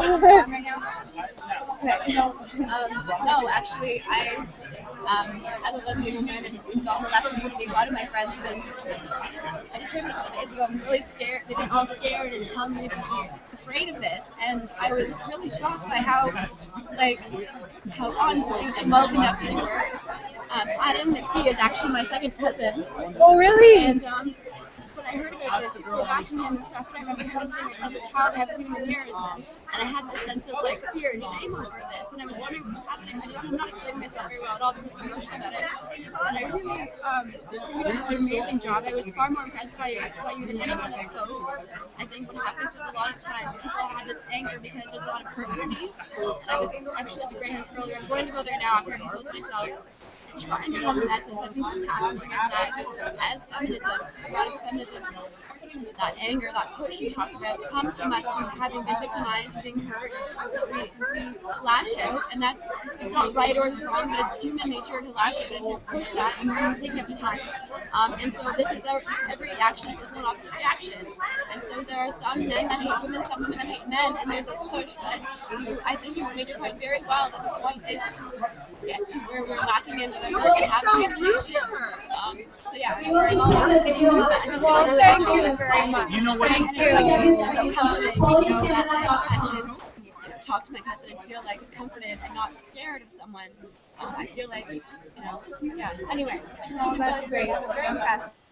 Oh, thank you. Thank you very much. Good luck if you try to convince the people to say so much. Yeah. Which I really like.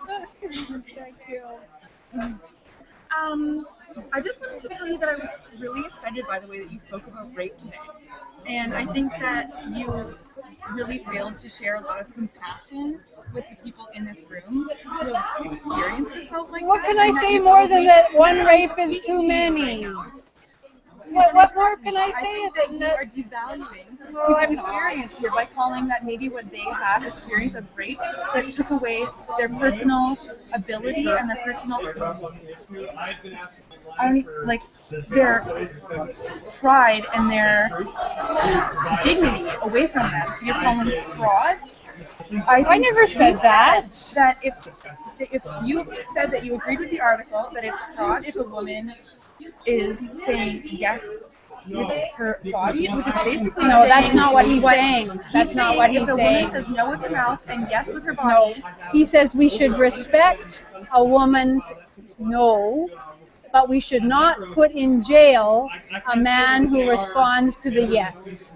So you're thinking that if you're kissing a man and you say, I don't want to have sex with you, and he has sex with you anyway, that's your fault? What he's talking about is cases where it was not... Who said not to dress like a slut, or you're asking to be raped? Well, that's what you sound like to me. So you're denying that women have never dressed provocative men, like men do? Men do it too at the gym. So what does it matter if people dress provocatively? And to address the aspect of rape culture, I was accused once, me being a gay man, no one knew it in those days I was gay. I was accused of raping a woman. That's sex of a woman. And I've been called a rapist. I've had a bottle thrown at my head at a club. You know what? I have two parents who've been raped more than once. And if you think that that's okay to happen, and this isn't a rape culture, that's the thing. You know what? I went to the last men's issues event here that went amazingly well, that was respectfully done, and addressed real issues without devaluing the lives of other people. Devalue.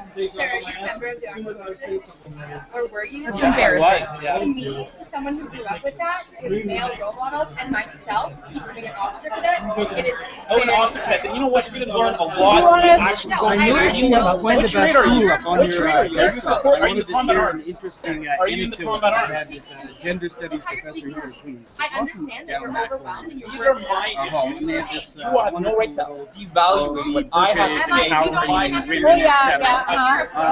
It's poster board president. I grew up one school over from Arundel. Have you not seen your was strangled by her father?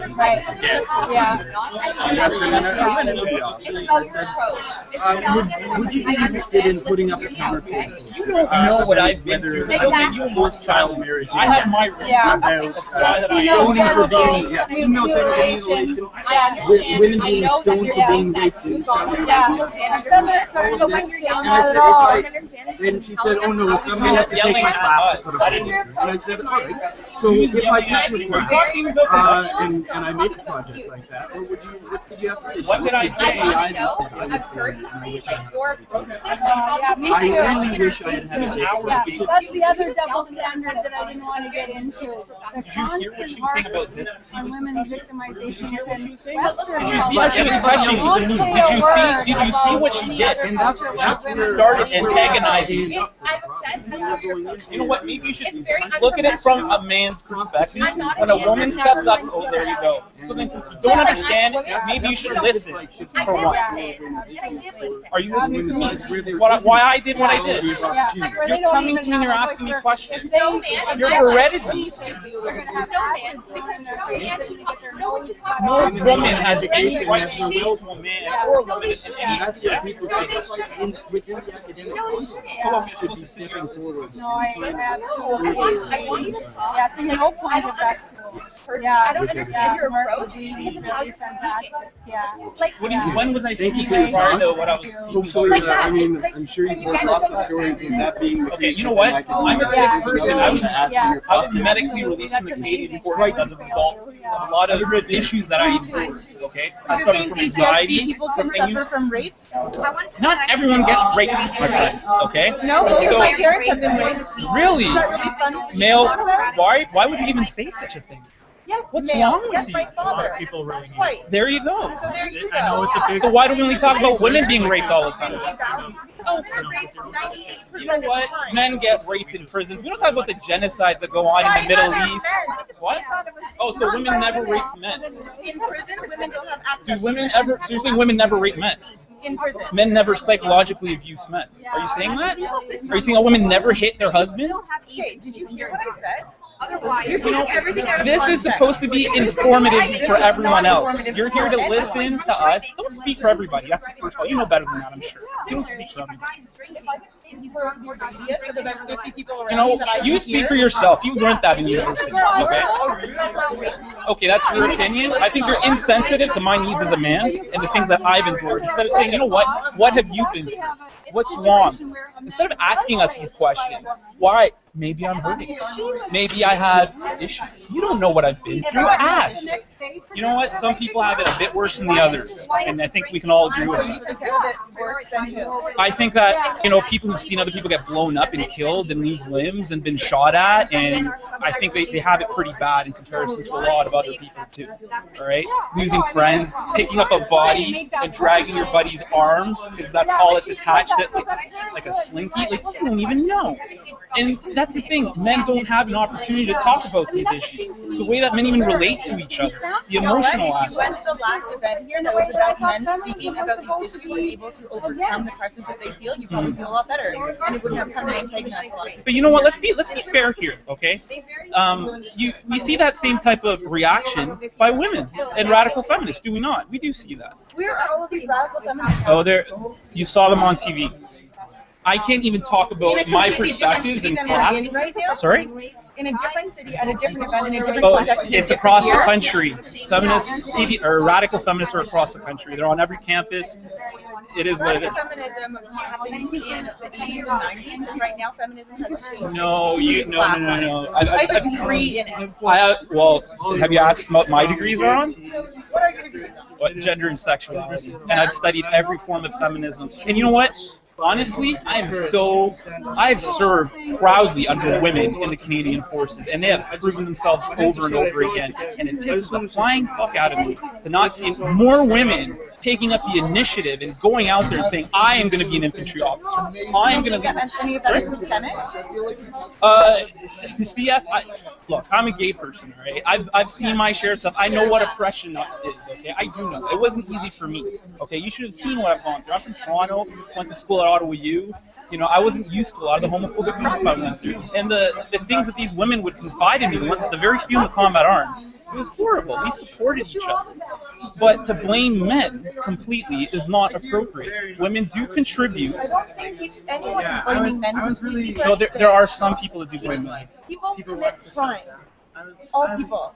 And I think that is really unfair to be calling anything devalued, anything fraud, anything... How about including women? I knew that, there's no way. Like, perspectives on women, you mean? Or what are you trying to go with? Anything on women's perspectives on men, anything like I tried. that. But you know what that required? A lot of taxpayers' money to pay off psychologists to try to train me with my interpersonal skills. I was an infantry officer, you know, and as you probably know, there's a certain way of structure and whatnot. Now, going back to the aspect of women, I wanted to see more women in the military because it would have been a little bit easier for me even as a gay man. And I just I bet a lot of women don't even know that they francophone. can go into the military. How many? Sorry? I bet a lot of women don't know that they can go into the military. Canada removed that in 1992, and it's been very public. We've even lost a female, one of the three, 1992. I know there's a lot of work to get women. It's true. But women also, and I've challenged my peers, the ones in the military, it's fine. It's the civilian population need to be proactive and be like, you know what? I don't want to be a construction worker. You know what? I want to lift those heavy parts for Pepsi and drive a truck all day.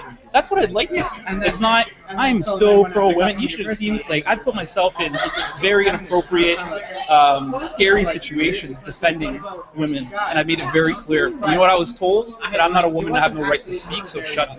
Even though when I heard misogynistic, really nasty, inappropriate things, and I've gotten, on top of all that other military stuff, I had to deal with this kind of stuff. You know, the thing is though, we can't. You two girls are probably one of the few exceptions, at least from Toronto, that I've seen, that will actually sit down and talk. And this organization, that's all we want. We want to tell you our stories. Most guys, like those two little peacock, good-looking, fit guys there, you know, they're not self-reflecting and asking themselves a question, or at least I don't think so, at least. When they're drinking, it's a Friday night at the bar, are they checking themselves when they approach a woman? Are they all like... all that when they come here? Like, are they actually living what they're saying? You know, I don't think so. You know, I can speak to the man who was standing over there with the hat on, who spoke twice.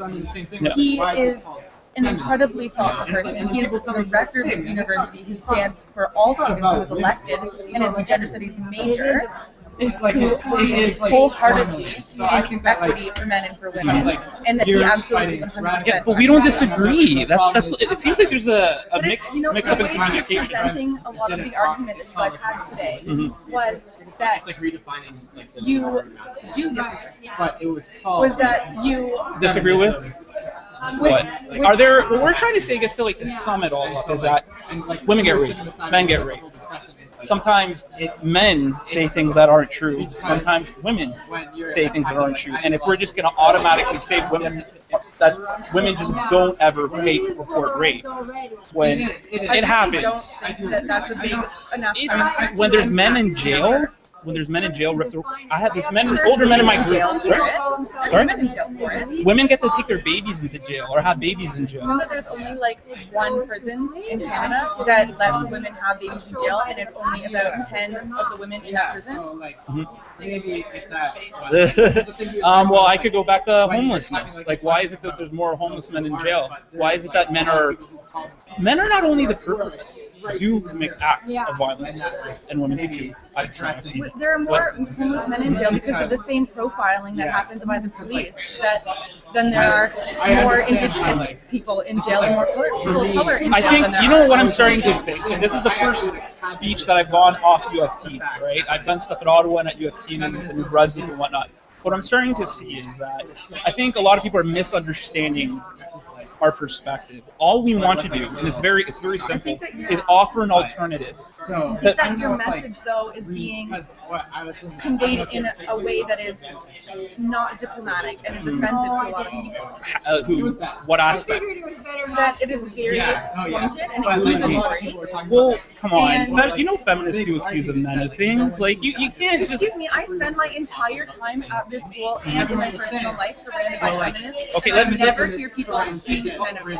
I'll give you this. Maybe not here. That's your experience. I am a person who actually goes to Take Back the Night every year to represent my Take father. Back the Night. I go to that every year to represent my dad. Can I give you...